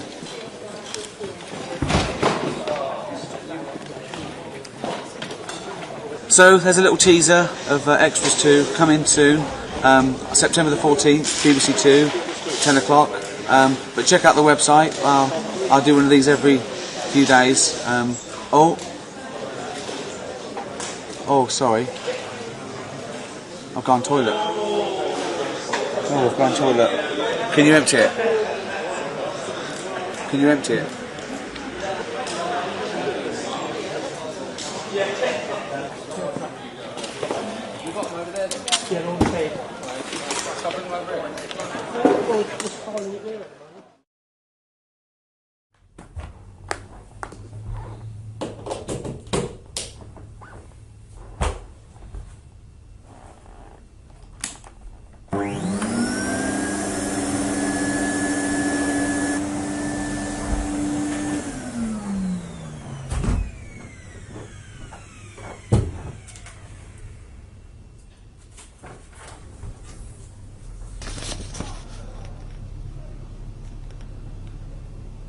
Don't know how he's getting away with this. Listen to this, right? Crudge evolved bi-goggles at one end and Flagy-plays at the other, right? Eventually becoming Whittles. Some Crudge went on the other way, developing a uniflap and becoming a Sploon.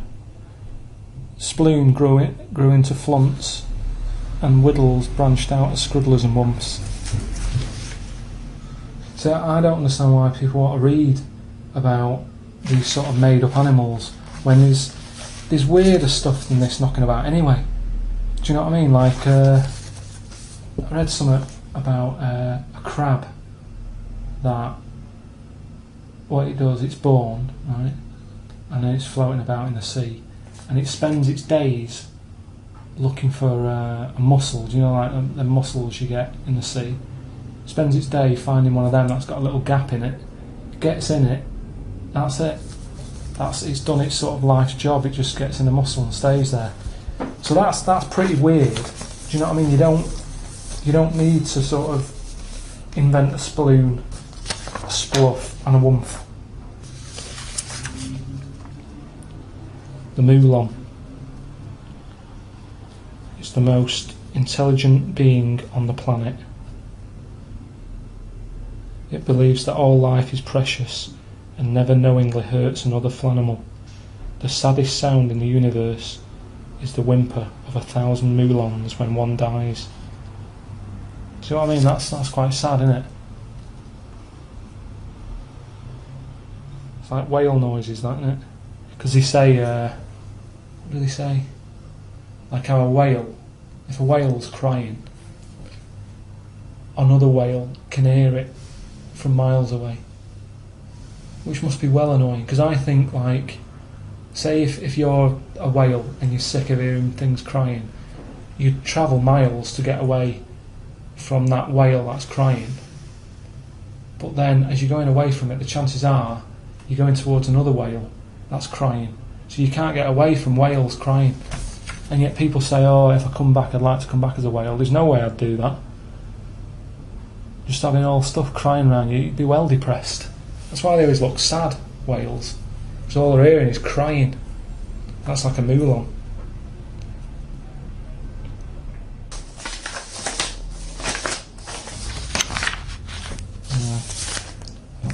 Don't know what order this was in. Not that it matters. You know what I mean?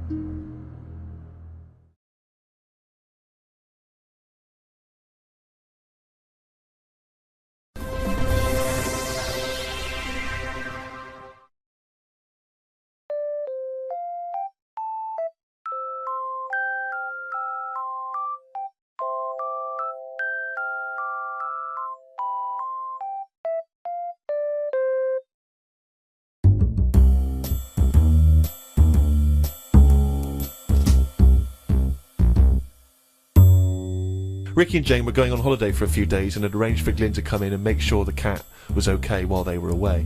I'm sick of that cat. I was surprised that they hadn't paid for the little shit to go away with them on first class. Blimey, getting a bit vitriolic in the diary. Why doesn't he like the fact that I've got a cat and I love the cat? Why? It's just everything in that house that you've got gets sort of special treatment, and it's a cat. And What do you mean you get special treatment? Sometimes we put food down for it, and sometimes it gets on our lap and we stroke it. You don't just stroke it. We're you not massage it. You massage its back. You go, no, are you stressed out? Well, no, it's good. No, I'm not saying are you stressed out. At no point did I say are you stressed out. You said what the fuck are you doing for? Is it stressed out or something? I like touching my cat. To be honest with you, I don't like Ricky's cat. I can't believe Because every time I go around there, it goes straight for Magoolis.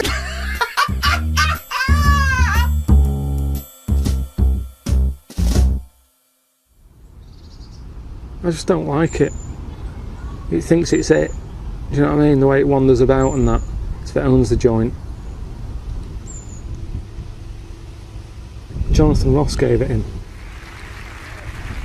I reckon it was Jonathan Ross's cat. And he got sick of it. Oh my god. No. You know, he got sick of its attitude. And then luckily, like, Ricky's old cat died. So he knew Ricky needed a new one. Palmed it off onto him. That's the last we'll see of that cat. Oh look, there he is, look at that. They love beer and donuts. So he was pretending he's joking there, but if that cat wanted beer and donuts, he'd probably let it have it. The thing is, it never goes out. So there's no chance of it ever coming to any harm. But it's going to last forever. Do you know what I mean? We got through loads of cats when I was a kid, because we lived on a main road. So none of them really got the chance to annoy me, because they were never around long enough. If the cat sat on his knee, he won't get up. He sort of waits until the cat gets down, because he doesn't want to disturb it. I don't know if he's just doing that to sort of wind me up, or if that is the way it gets treated. Really does me head in, it does. When they go away on holiday, it's a big upheaval. You have to organise people to sort of come round and feed it and make sure it's alright. That's what's meant to be good about cats, that they don't take much looking after. My mum and dad's last cat that they had, it's called Charlie. They went away for a month to Spain, just left it outside. And it feeds itself. If a cat gets hungry, it sorts itself out. That's what they do, they're wild.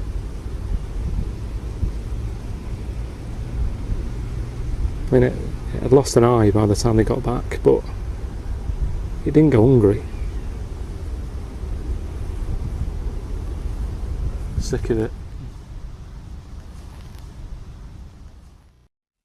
Hello.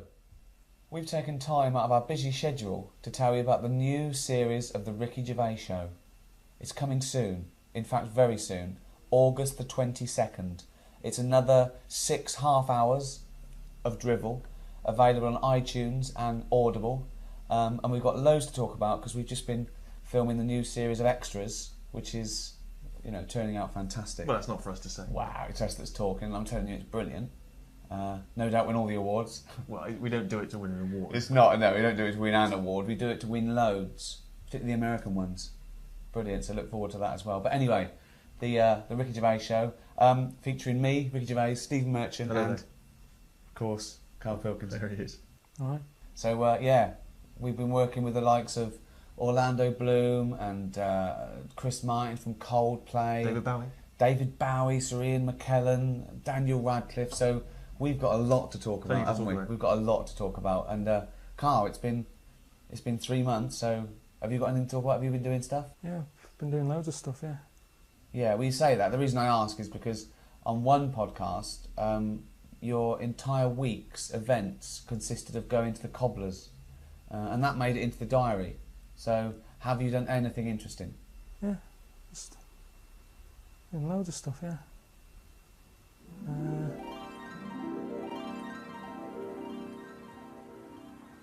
It was weird, right? I was in the park, right? Just sat there having an apple. Finished eating it, chucked it on the floor, right?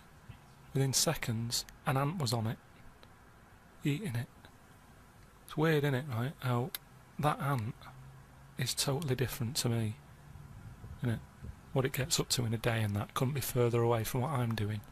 And yet, we both like an apple. Look at it, just loving it. I don't think I'd be that good as an ant. Because thinking about it, right, if I was that ant sat on there, I'd probably be overfaced by that apple. It's too much. And also, I sort of like to know what I'm going to be eating. At the start of the day, I'll say to my girlfriend, like, right, what are we having for tea tonight? She'll go, why do you need to know? And I go, because I like to know. I like to get my taste buds ready and that. Whereas that ant, 5 minutes ago, he didn't know it was going to be having apple. But it's got to have it, because he might not find anything else. I wouldn't like that. I wouldn't want to be an ant. Karl.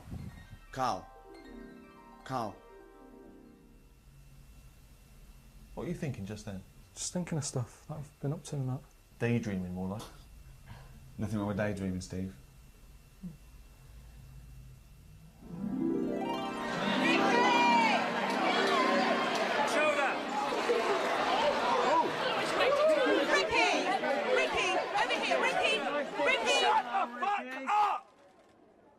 Jesus, you know how fucking annoying that is. Go and do something. Just fuck off. Go on, go home. Read a book. Jesus. That's my head in. You alright? Yeah. So just to recap, all new Ricky Gervais show with Ricky Gervais, Steve Merchant and Karl Pilkington, available from August 22nd on iTunes, audible.com or via Ricky Gervais' website, rickygervais.com. Is that it? That's The awards. Yeah. Huh? Awards. What?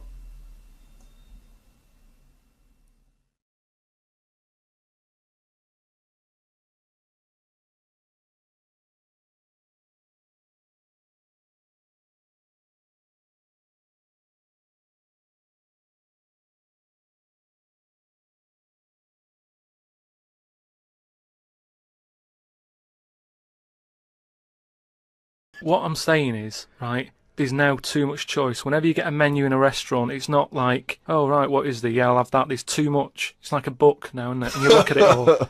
And then you've got to that point now that people are even taking a risk when they're eating. What do you mean?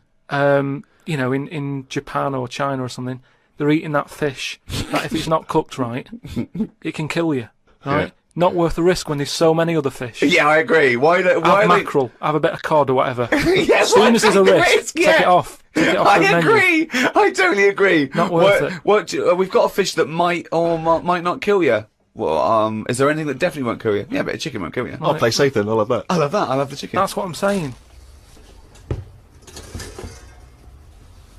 It seems to be the trend at the moment for people to eat things that you shouldn't really be eating. Octopus. They say, oh, it's best if you eat them alive or something, right? And there's been stories of people who've been eating them, and because they're still alive, the legs are like, you know, you get round the neck and what have you, inside, and they choke you. Why would you want to eat that? If you're going to eat a live animal, don't eat one that's got 8 arms that can get hold of your neck. I could understand that if we've run out of everything else, right? Alright, what's left? Octopus. Go on then, I'll have a leg. But there's no need to be eating that at this moment in time. I hadn't had pasta till I was about 24. Now kids are having all this stuff. We're away for a weekend a couple of weeks ago. Sat in a restaurant. Some kid asked for sorbet. He's only about 11. Just the amount of juices they've got now as well. When I was a kid, it was just you just had the one choice. You had orange. Now you look at it, it's like you've got apple juice, you've got pineapple, cranberry. Saw a carrot juice the other day. Out of all the bits of food that are out there, I would not think about getting juice out of a carrot.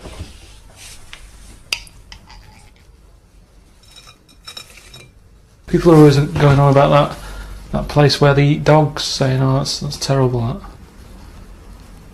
But I don't think it's that bad. As long as it's, you know, it's their own dog. if we're eating octopuses, why are dogs getting away with it?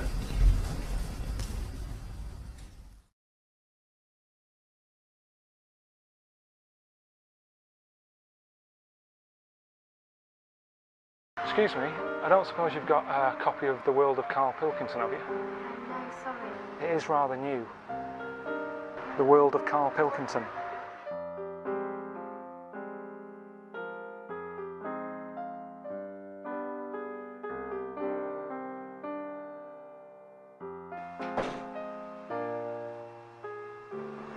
No luck, Carl.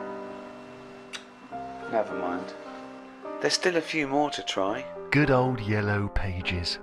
We don't just help with the nasty things in life like a blocked drain. We're there for the nice things too. You do? Great. Can you keep it for me? Yeah, my name is Karl Pilkington. Yeah. Yeah, it is me on the cover, yeah. Do you mean it looks round? Heads are meant to be round, you cheeky bastard. Just keep it for me.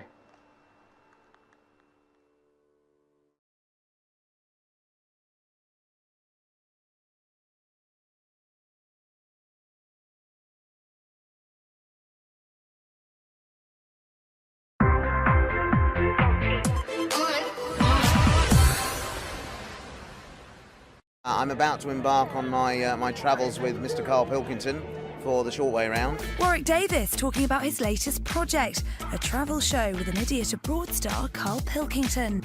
It's going to be interesting, I think would be a word to describe that. I don't know what I'm getting into yet. Well, if the rumours that have been circulating for months are to be believed, it's thought Karl's going to be on a bike with Warwick in the basket, but the actor refused to give away any more details. What he would confirm is more of Life's Too Short with Ricky Gervais. We're writing a special at the moment for, I think probably for early next year. So a Life Too Short special. I can't tell you, it's terrific though. I can't tell you, but it's really, really great. Yeah. Oh, Warwick, if you insist on being so secretive, no wonder the internet's rife with bike basket riding rumours.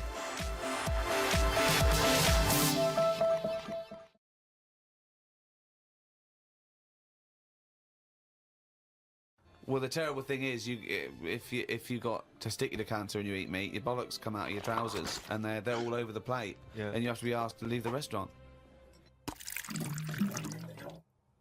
Oh, chimpanzee, that is only gonna bring it down the...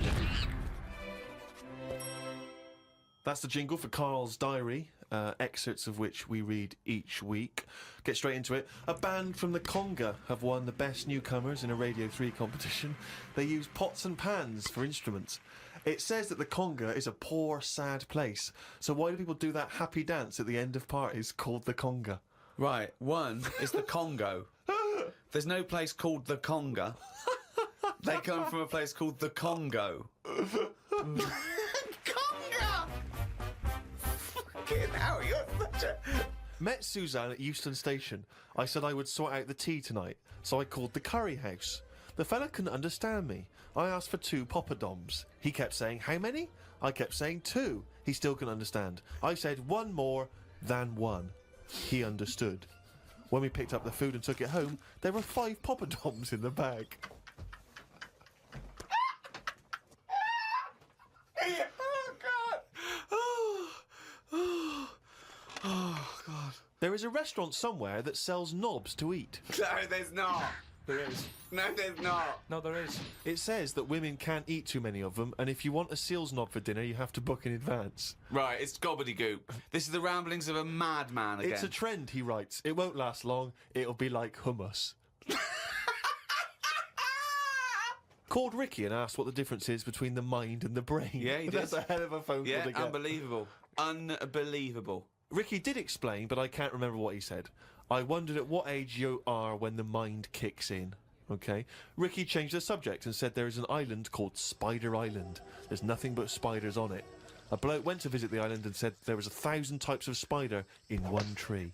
What do you think about that? What do you think of an island that's just full of spiders? I don't know, because you need spiders. I don't know what they do, but they say a world without spiders, like, wouldn't be good. But they sort of do something. There's something about if you did get rid of them all, it would have an effect. Well, of course it would. Get rid of anything, it'd have an effect. Not everything, though. like I've said, you know, jellyfish and what have you. Well, no. It's 97% water or something. Yeah. So how much are they doing? Just give them another 3%, make them water. And that's more useful. Give them another 3% and make them water. Oh, God. Went into the gadget shop today. It's full of stuff that we don't need. Gadget used to be a good word that made you think of James Bond with all his gadgets. The best thing I could find in the shop was a clock that ran on potatoes. We are definitely going backwards. I agree. Well, who cares about that? A little electrical impulse, so what? Had a night out with old schoolmate. Found out about more of the other lads I went to school with. One is living underground. What do you mean living underground? Not like a mole. Do you mean he's got a basement, or do you mean he digs a hole every night? My mate went to visit him and he said it had been raining really heavily and that, and it's all the rain's running in. What do you mean he went to visit him? He went down here? What's that? That's an hole in the ground. Yeah, come in. He just said, oh, come round to us, and he's living underground. What do you mean he's living underground? He's happy down there. He said it was really muddy and what have you. He said he won't be going back to visit him. I believe this, though. I believe someone he went to school with now lives in a hole. That doesn't shock me. You spent far too long with him, if that, now you're just happy to accept. I totally accept that.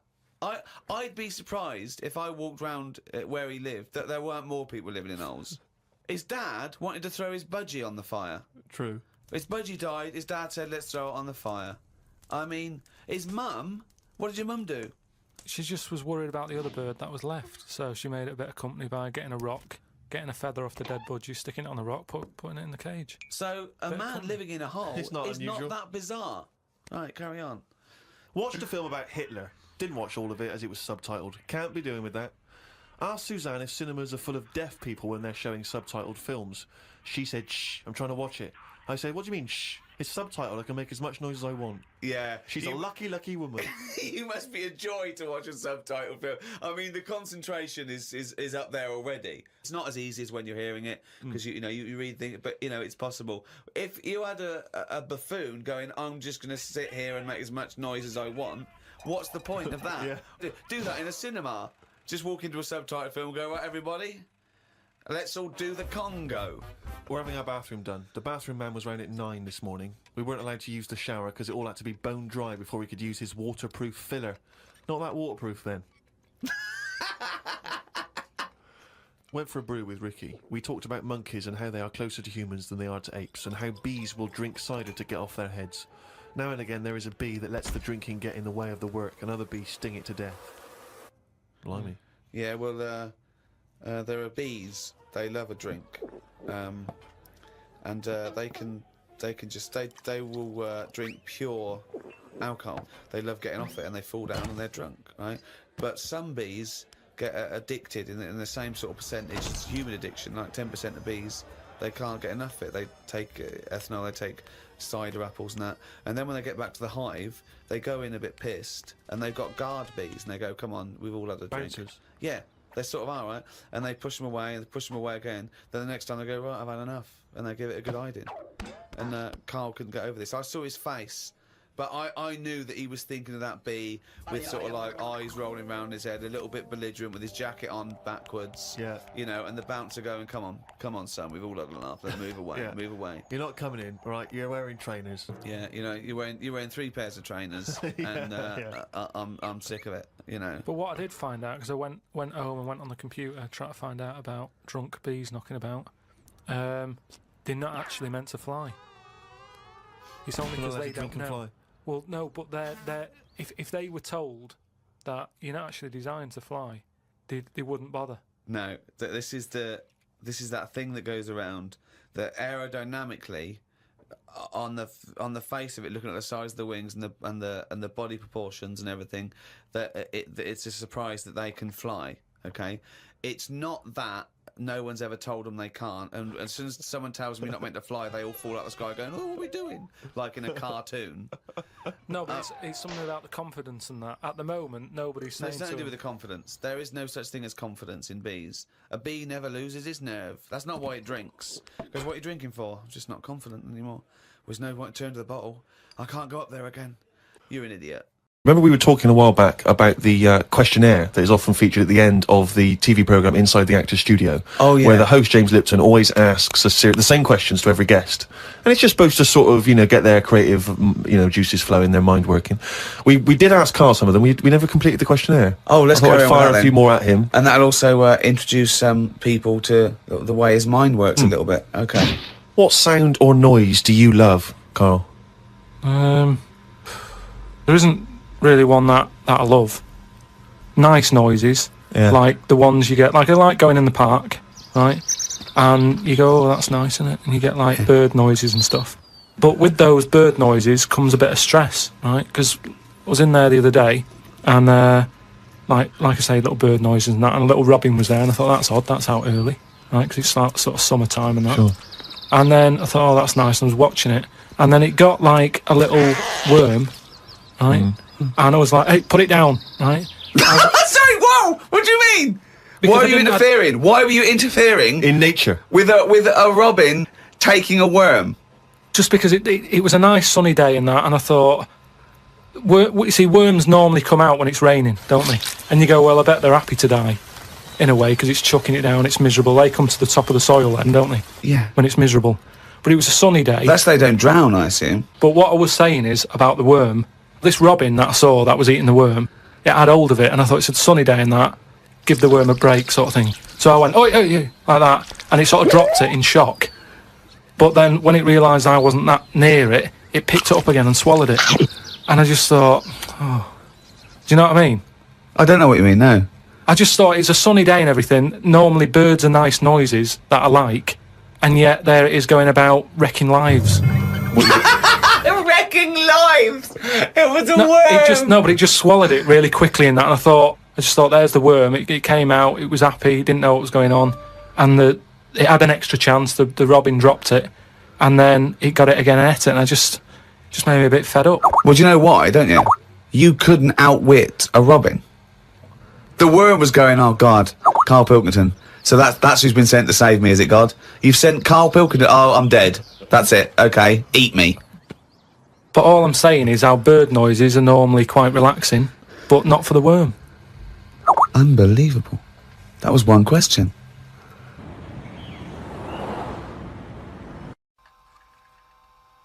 Well, it's that time again. It's Karl's diary. Oh, what's he written today? Told Suzanne that I had read that we will have spoken to aliens by the year 2025. Ricky once told me that if a lion could speak English, it still couldn't have a good chat with us because its life is different to ours. If that's true, we've got no chance with an alien. I'd be worried that an alien could read my mind. I had that problem once years ago, when I worked in a studio making cassettes. Some mind-reading woman was having some cassettes made. She waited while I did them. She had a small dog. I knew she was trying to read my mind, so I just thought about the dog. I thought that would confuse her, because she wouldn't understand why I was thinking about her dog. That's amazing. So, firstly, how did you know she was a mind-reading woman? Everybody who came in having cassettes done, you'd find out about what the job is. So, if it's a band or whatever, it might be a police station needing blank cassettes to interview people. Yeah. And she had them to sort of use during a thing where they do mind reading and stuff. So Right. you get A recording of it. Yep. And she was just there and she was staring at me like that, just looking over. And a dog was sort of looking worried, and they pick up vibes, don't they? No. They do. And why were they looking? I'm not being funny. Were they looking at the roundness of your head? Do you think? No, were just looking at me, and I was sort of panicking a bit. And the more that I was thinking she's reading my mind, I was thinking she knows that I know that she's reading my mind. So I just stopped thinking about her reading my mind. Thought about the dog. What were you thinking about the dog? Just running about on the beach. He remembers what he was thinking. No, just so she thought, oh, hang on a minute, it's not his mind, it's the dog's mind I'm picking up. Oh, so you thought she'd go, oh no, I'm getting it all tangled up. I've got a cross line here. I met up with my mate Laurie. He said he was in a pub at the weekend and saw a bloke whose hands were on the wrong arms. What do you mean? Well, he had his left hand on his right arm and the right hand on the left arm. I don't think this would be a problem if he's been like that from an early age. When I was in Ripley's in LA, I saw a bloke whose head was on back to front. That's more annoying, isn't it, than your hands? isn't it? Now then, would you walk? How would you walk? Would you be walking backwards, Carl, so that you could walk? So you're basically walking forwards. I reckon I'd walk sideways so nobody would sort of tell the difference. It just looked like. Oh God! He solved it again. He's thought it through. Ah. Got home and read my magazine. There was a story about a baby that was born that looked like a frog. What magazine's this? That made the news. That was in a proper newspaper in the end. It didn't really have a neck or top half of its head. It would look all right if it always wore a scarf and a hat. The world would be a more interesting place if there were loads of different types of humans like there are creatures. Then some people would be good at certain jobs. Spider people, ant people, builders. Cockroach people, dustbin men. Good idea, isn't it? I mean, cockroach men, spider men, what are you talking about? Look at some insects, right? Yeah. They don't have machinery, yet they're getting by, aren't they? They have their lives like we do. They get up, they wander about, they collect food, they tidy up, they fix stuff, they make their own house. We can't do any of that. So what I'm saying is, why aren't we using them? Why are these cockroaches with all these powers and stuff going about? It's all these powers. But how could we use them? How could we harness them? I've just told you, dustbin men. Or whatever that. No, you said that if they were also men, if they were cockroach men, we could use them. You've left a big bit out, but when that 1-inch cockroach becomes a 6-foot bloke wearing a jacket. It's just that we always use insects for like a bit of fun. You see flea circuses and all that, which is all very well, but I don't think it's getting the most out of them. Woke up at 9:55 a.m. Soon as I woke up, I looked at Suzanne and she looked at me. I said, "Did I tell you about the immune system?"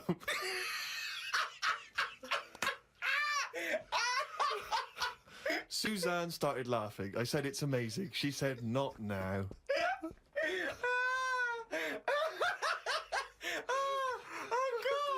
I was thinking that! Springing into action, he zips up, his eyes are like... Did I tell you about the immune system? Oh, shut up, Carl. Put the kettle on. Oh, God! Oh, fucking hell!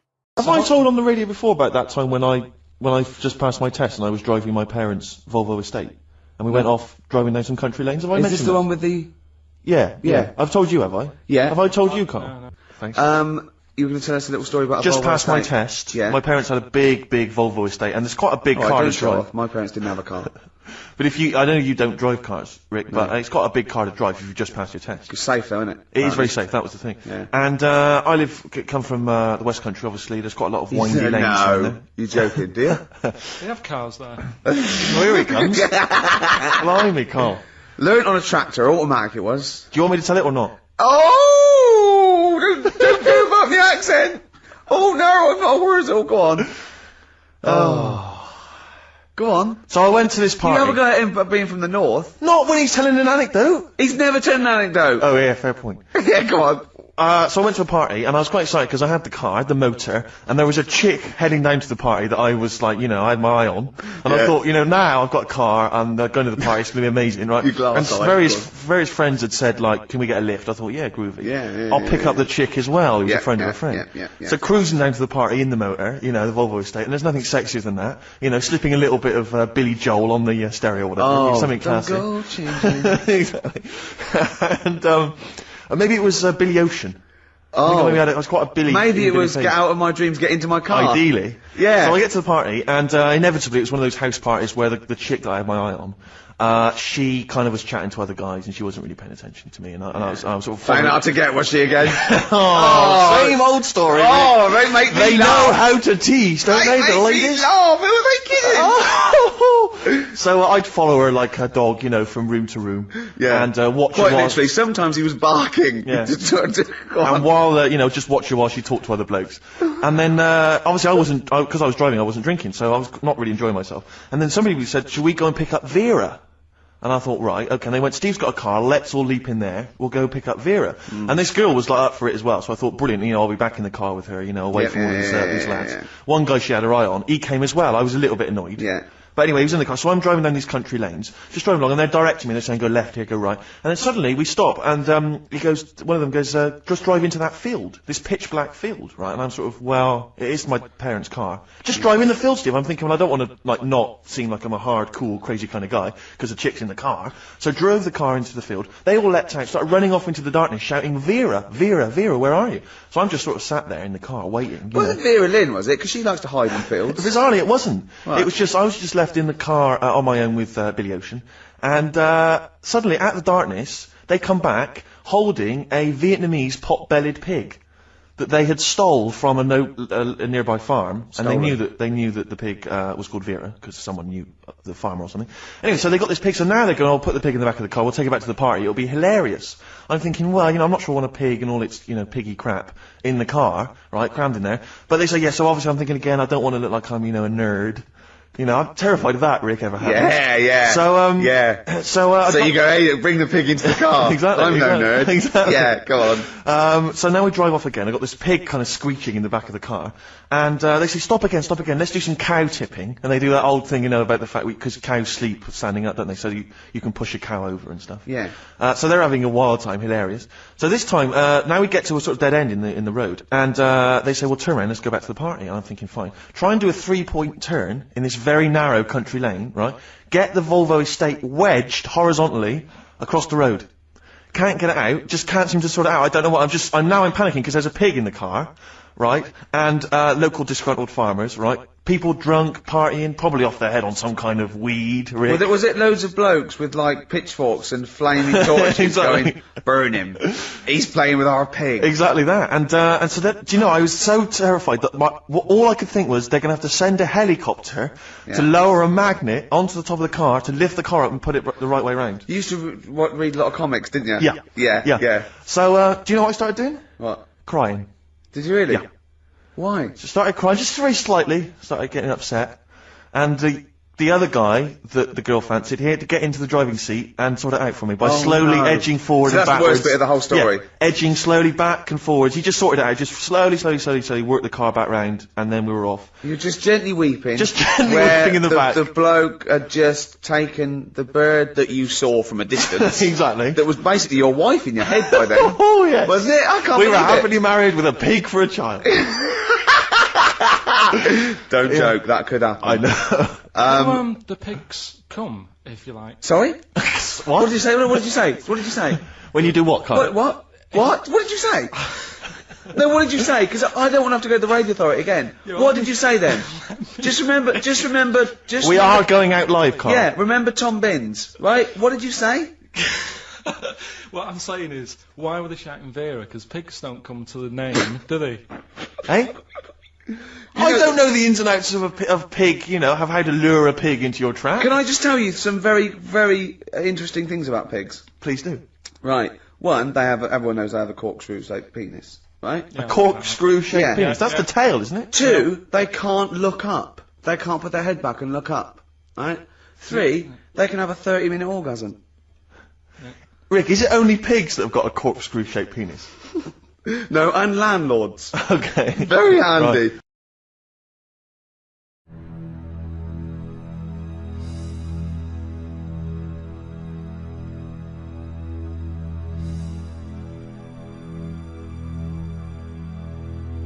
Have you ever been in a hospital when it's been shut down, or a school when there's no kids in it, and there's that sort of bad atmosphere of, like, weirdness? Yeah. Right? For the sake of argument, yeah.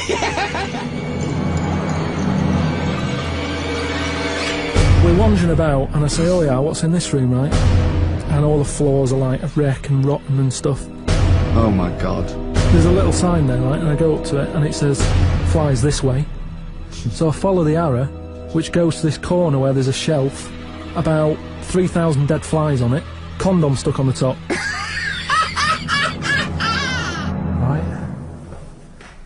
Right, you might remember in the first podcast, I was telling you about this scary house that my mate lives in, where he's like a security man.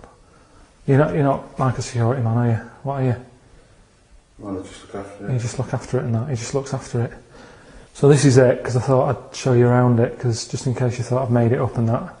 about the bit about the flies and all that, where there's flies on the shelf and stuff. So this is the sort of state I was telling you how it's a mess. This is it. Ceiling's caving in over there. It's just there.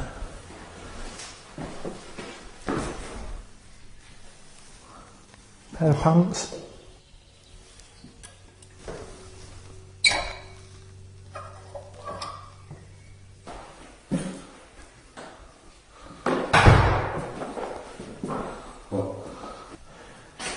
Right then, we've found the room that I was talking about on the podcast, with the dead flies and that on it. This is the sign that I was telling you about. Got a fly on it, right? Little arrow. There's flies here, look. Little ladybird there. Oh, flies attacking the ladybird and that. Right? So you've got that. We'll follow it along. Right? You think, well, there's nothing there. And you've got, you can get the camera up there, right? Look at that lot. Dead flies. I'm just showing you this because some people have said, oh, you made it up and all that. But there's no way, just for the sake of the podcast, I'd go around collecting that many dead flies. There's a condom as well that I was talking about. Weird, isn't it?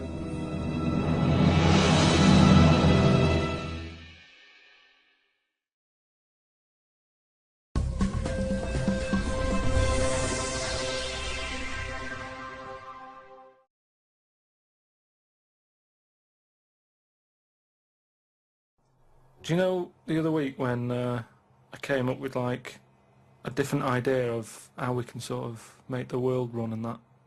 Can we just have a quick recap of that? Because I seem to remember it was a load of old arse. It was ridiculous. It was he was saying that the world is overpopulated, so the system would be where people were living too long and stuff. So what happens is people live till 78. I don't know how you can enforce that, right? No. But when they die, they've got a little baby in their stomach, Right. like a pip in an apple, that then carries on when they die. Right. It wasn't a theory. It wasn't an idea. It was the ramblings of a mental You're case. saying it's stupid, but someone's emailed in and said, "Oh yeah, that's pretty good." Just saying. If that's a no, right? I've been thinking. It is a no. What about if we do it the other way, right? Ah, go on. Somehow, I don't know how. A kid has an old lady? That's what it's going to be, isn't it? A child that gives birth to an old man. No. What I'm saying is, right? Go on. Work the other way round. Come on then. So if somehow we can inject something in like a body that's just died, right? Listen to this. Imagine this is notes. So when he hands it into the Nobel people, and they go, if there's a way that we can inject something, and they go, well, what? Well, I don't know the chemical formula, but something HO2. Right. So anyway, so you inject it in the temple. He's narrowed it down to the temple. So what happens? She sort of wakes up, Amazing. right? And she works the other way. So, like, she might be 77, Yep. and then she'll have a birthday, she's 76, and she's working that way, if you know what I mean. Okay. Are you with me? No, keep it. Because the thing is, you've got... I'm really scared. Yeah. I'm really scared. This is the maddest thing you've ever said. This is madder than the old lady with the pip like an apple in her belly. It sort of did work. No, it didn't work. It worked in your head. It's like a dream that you wake up and go, oh, I've got a great theory. This is it. Let me just tell you the ending, because the ending works out a bit better. Go on. What I'm saying is, when you die, at the age of... 78. 9 months... What? At the age of 9 months, because that's when you come out. What do you mean when you die at the age of 9 You're months? not scared of dying because you're now a baby, so you don't know what's going on anyway. So there's no fear. So you missed out a bit here. So this woman, what, literally gets younger and younger? I think when she's in her 20s, she's in her old age, Rick. Yeah, but it doesn't matter because that's the fun part of your life, isn't it? When you're 20 and you've got all your energy and that. So before you die, you're actually having a good life, rather than it being the other way around. But does she do different stuff than she did on the way up? Because she's already lived 78 years, hasn't she? Don't forget. She was a baby once, and she grew to 78 years, then someone stuck a needle in her head and said, right, back you go. No, but forget all that bit. Forget all that bit. How do we forget that bit? what I'm saying So is... she died and she doesn't remember all her... This is a new life, is it? Let me just leave you with this. Right, you're talking shit. Explain yourself. But aren't the family getting younger as well? What's happened to the family? Forget it then, we'll leave it as it is. No, leave it as it is, shall we? Shall we? Can we all agree on that, guys? Now, should we agree to leave it as it is? Is that all right? Because I don't want to hear any more from the diaries of Charles Manson.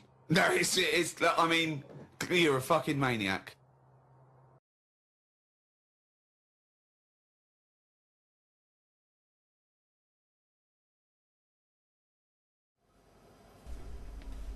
I did my new book at home, you know, all the writing and the drawings and that, which, you know, should be a pleasure to do, really, you know, working out of home, but it wasn't. The amount of noise from downstairs, they've got builders in at the moment, and they're ripping the place apart, they're knocking down walls, they're drilling all hours. It's been doing me head in, there's dust everywhere, I've been breathing that in, which made me ill a bit. So that's when Ricky said, you know, if I wanted to get away from the noise and that, I could use his office to work in. But it can be just as hard to work in there sometimes. Is that annoying? A little bit.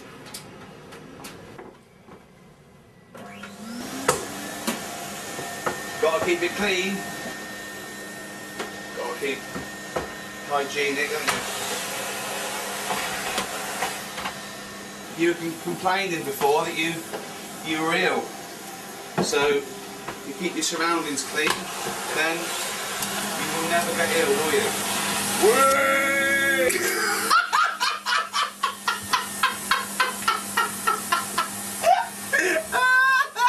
Oh God! Oh God! That was amazing!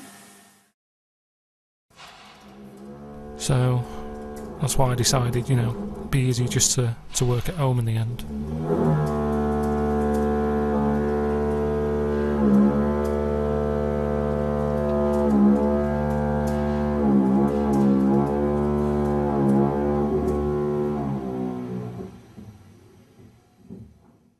And there was also a fella in the week who said that women shouldn't be wearing trousers. Why?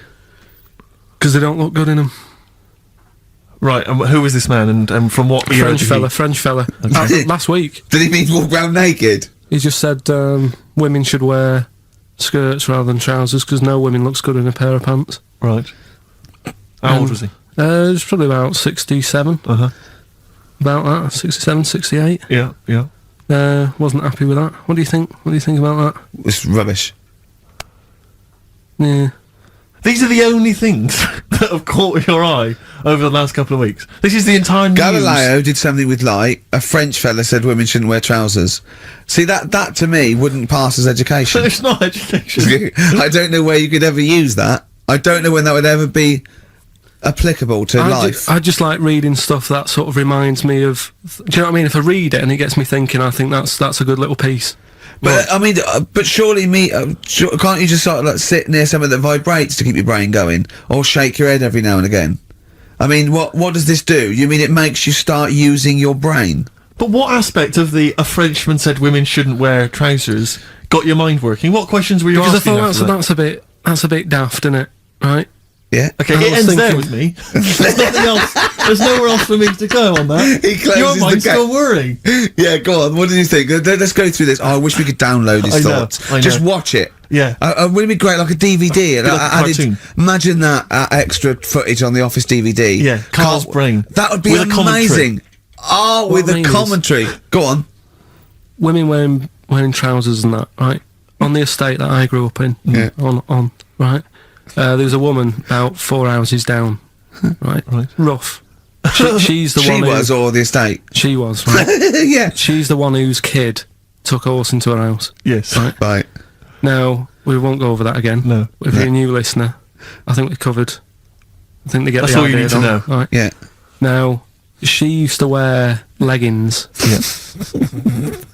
Now they're a bad idea. They are a terrible idea. I agree with you there, Carl. If you're a lady of What the colour? normo persuasion... Were they pink? No, they were sort of black, but with all bits on them. Oh, right. You know what I mean? What, toast and just horse droppings? Yeah, go on, yeah. And she used to... she's quite a big woman. Sure. Pauline Quirk, I think Yeah, you well, described her as. Looked like a light bulb when It she was is those bending kind of over in women that are leggings. attracted to leggings. Yeah, I know, yeah. They are drawn to them like a moth. Yeah. She used to wear them, and that's what I remember when I read this piece. And she used to work on one of those sex line things. Right. She used to do that. But what was she, an engineer? The weird thing with her was, she had big eyelids. Right. Go on. That were too big, and this is what I was thinking. What do you mean she had big eyelids?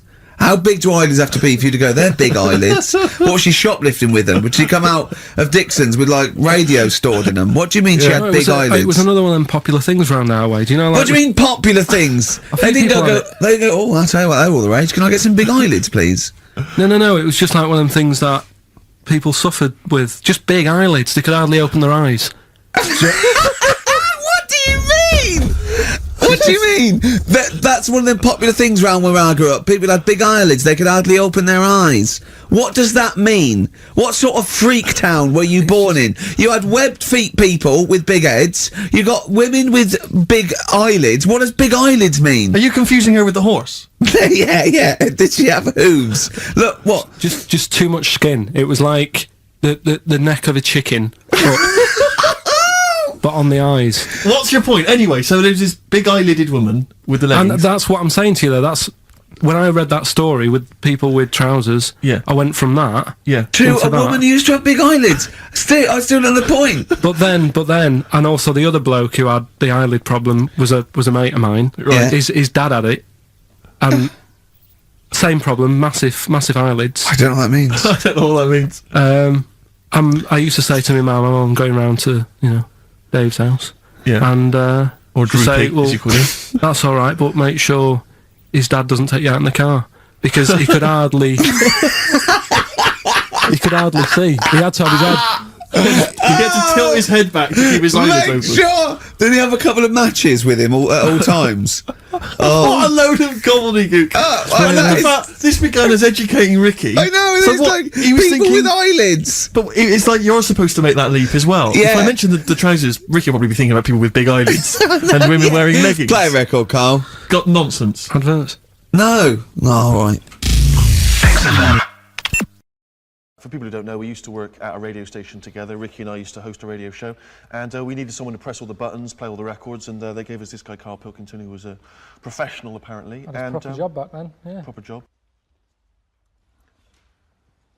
I like it when Carl's stupidity is mixed with arrogance. At one point, I was talking about evolution, he went, yeah, I've got the gist of it. I went, go on. He went, I know it went germ, fish, mermaid, man. Yeah. Roughly.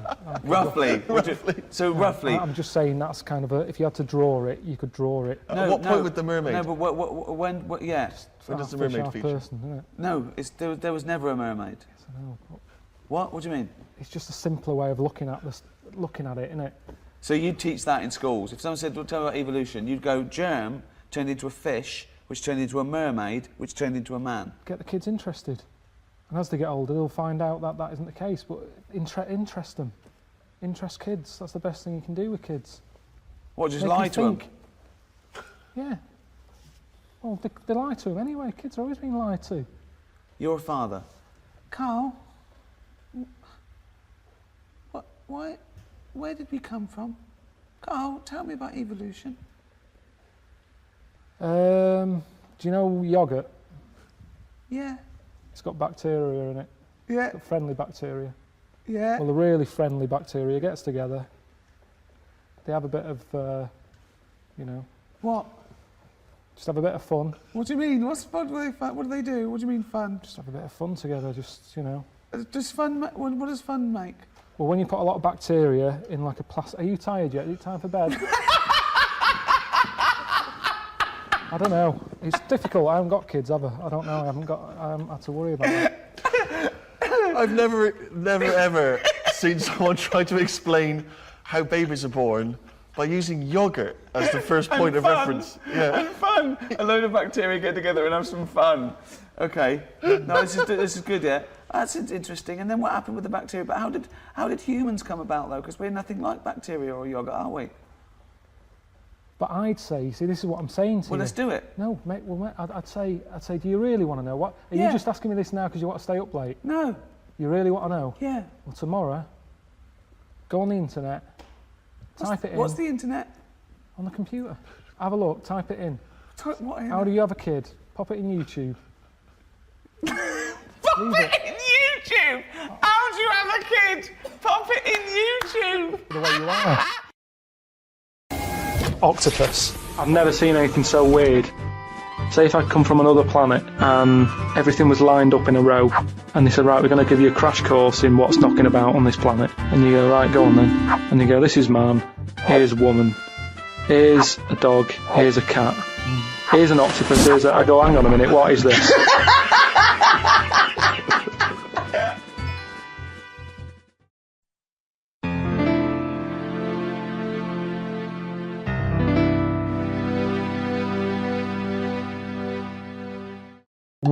I said to Suzanne, I'm sick of it. She's going, you need to do it when I get a new kitchen.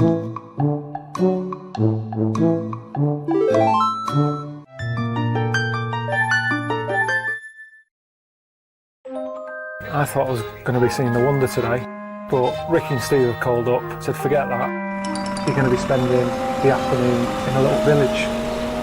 You know, travel programme, showing you the world, how others live, little communities and all that. Just looking at this map, it's Dwarf Village.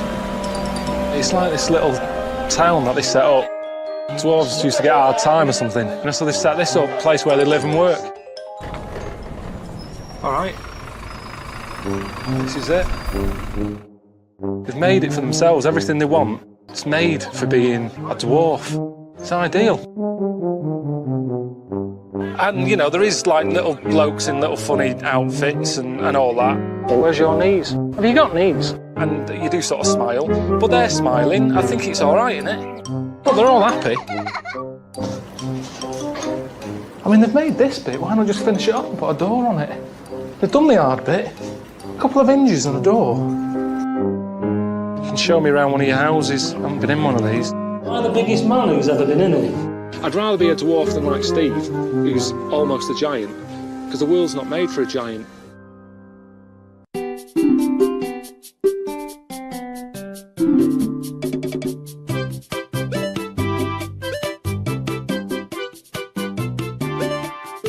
The skill of this. I'm doing a little bit of woodwork. Looks amazing. I mean, that's not crap, is it? So, if all your work dries up, they're not making another Star Wars, you can't dress up as a little monkey, you've got no money coming in, you wouldn't think about coming here then? Definitely not.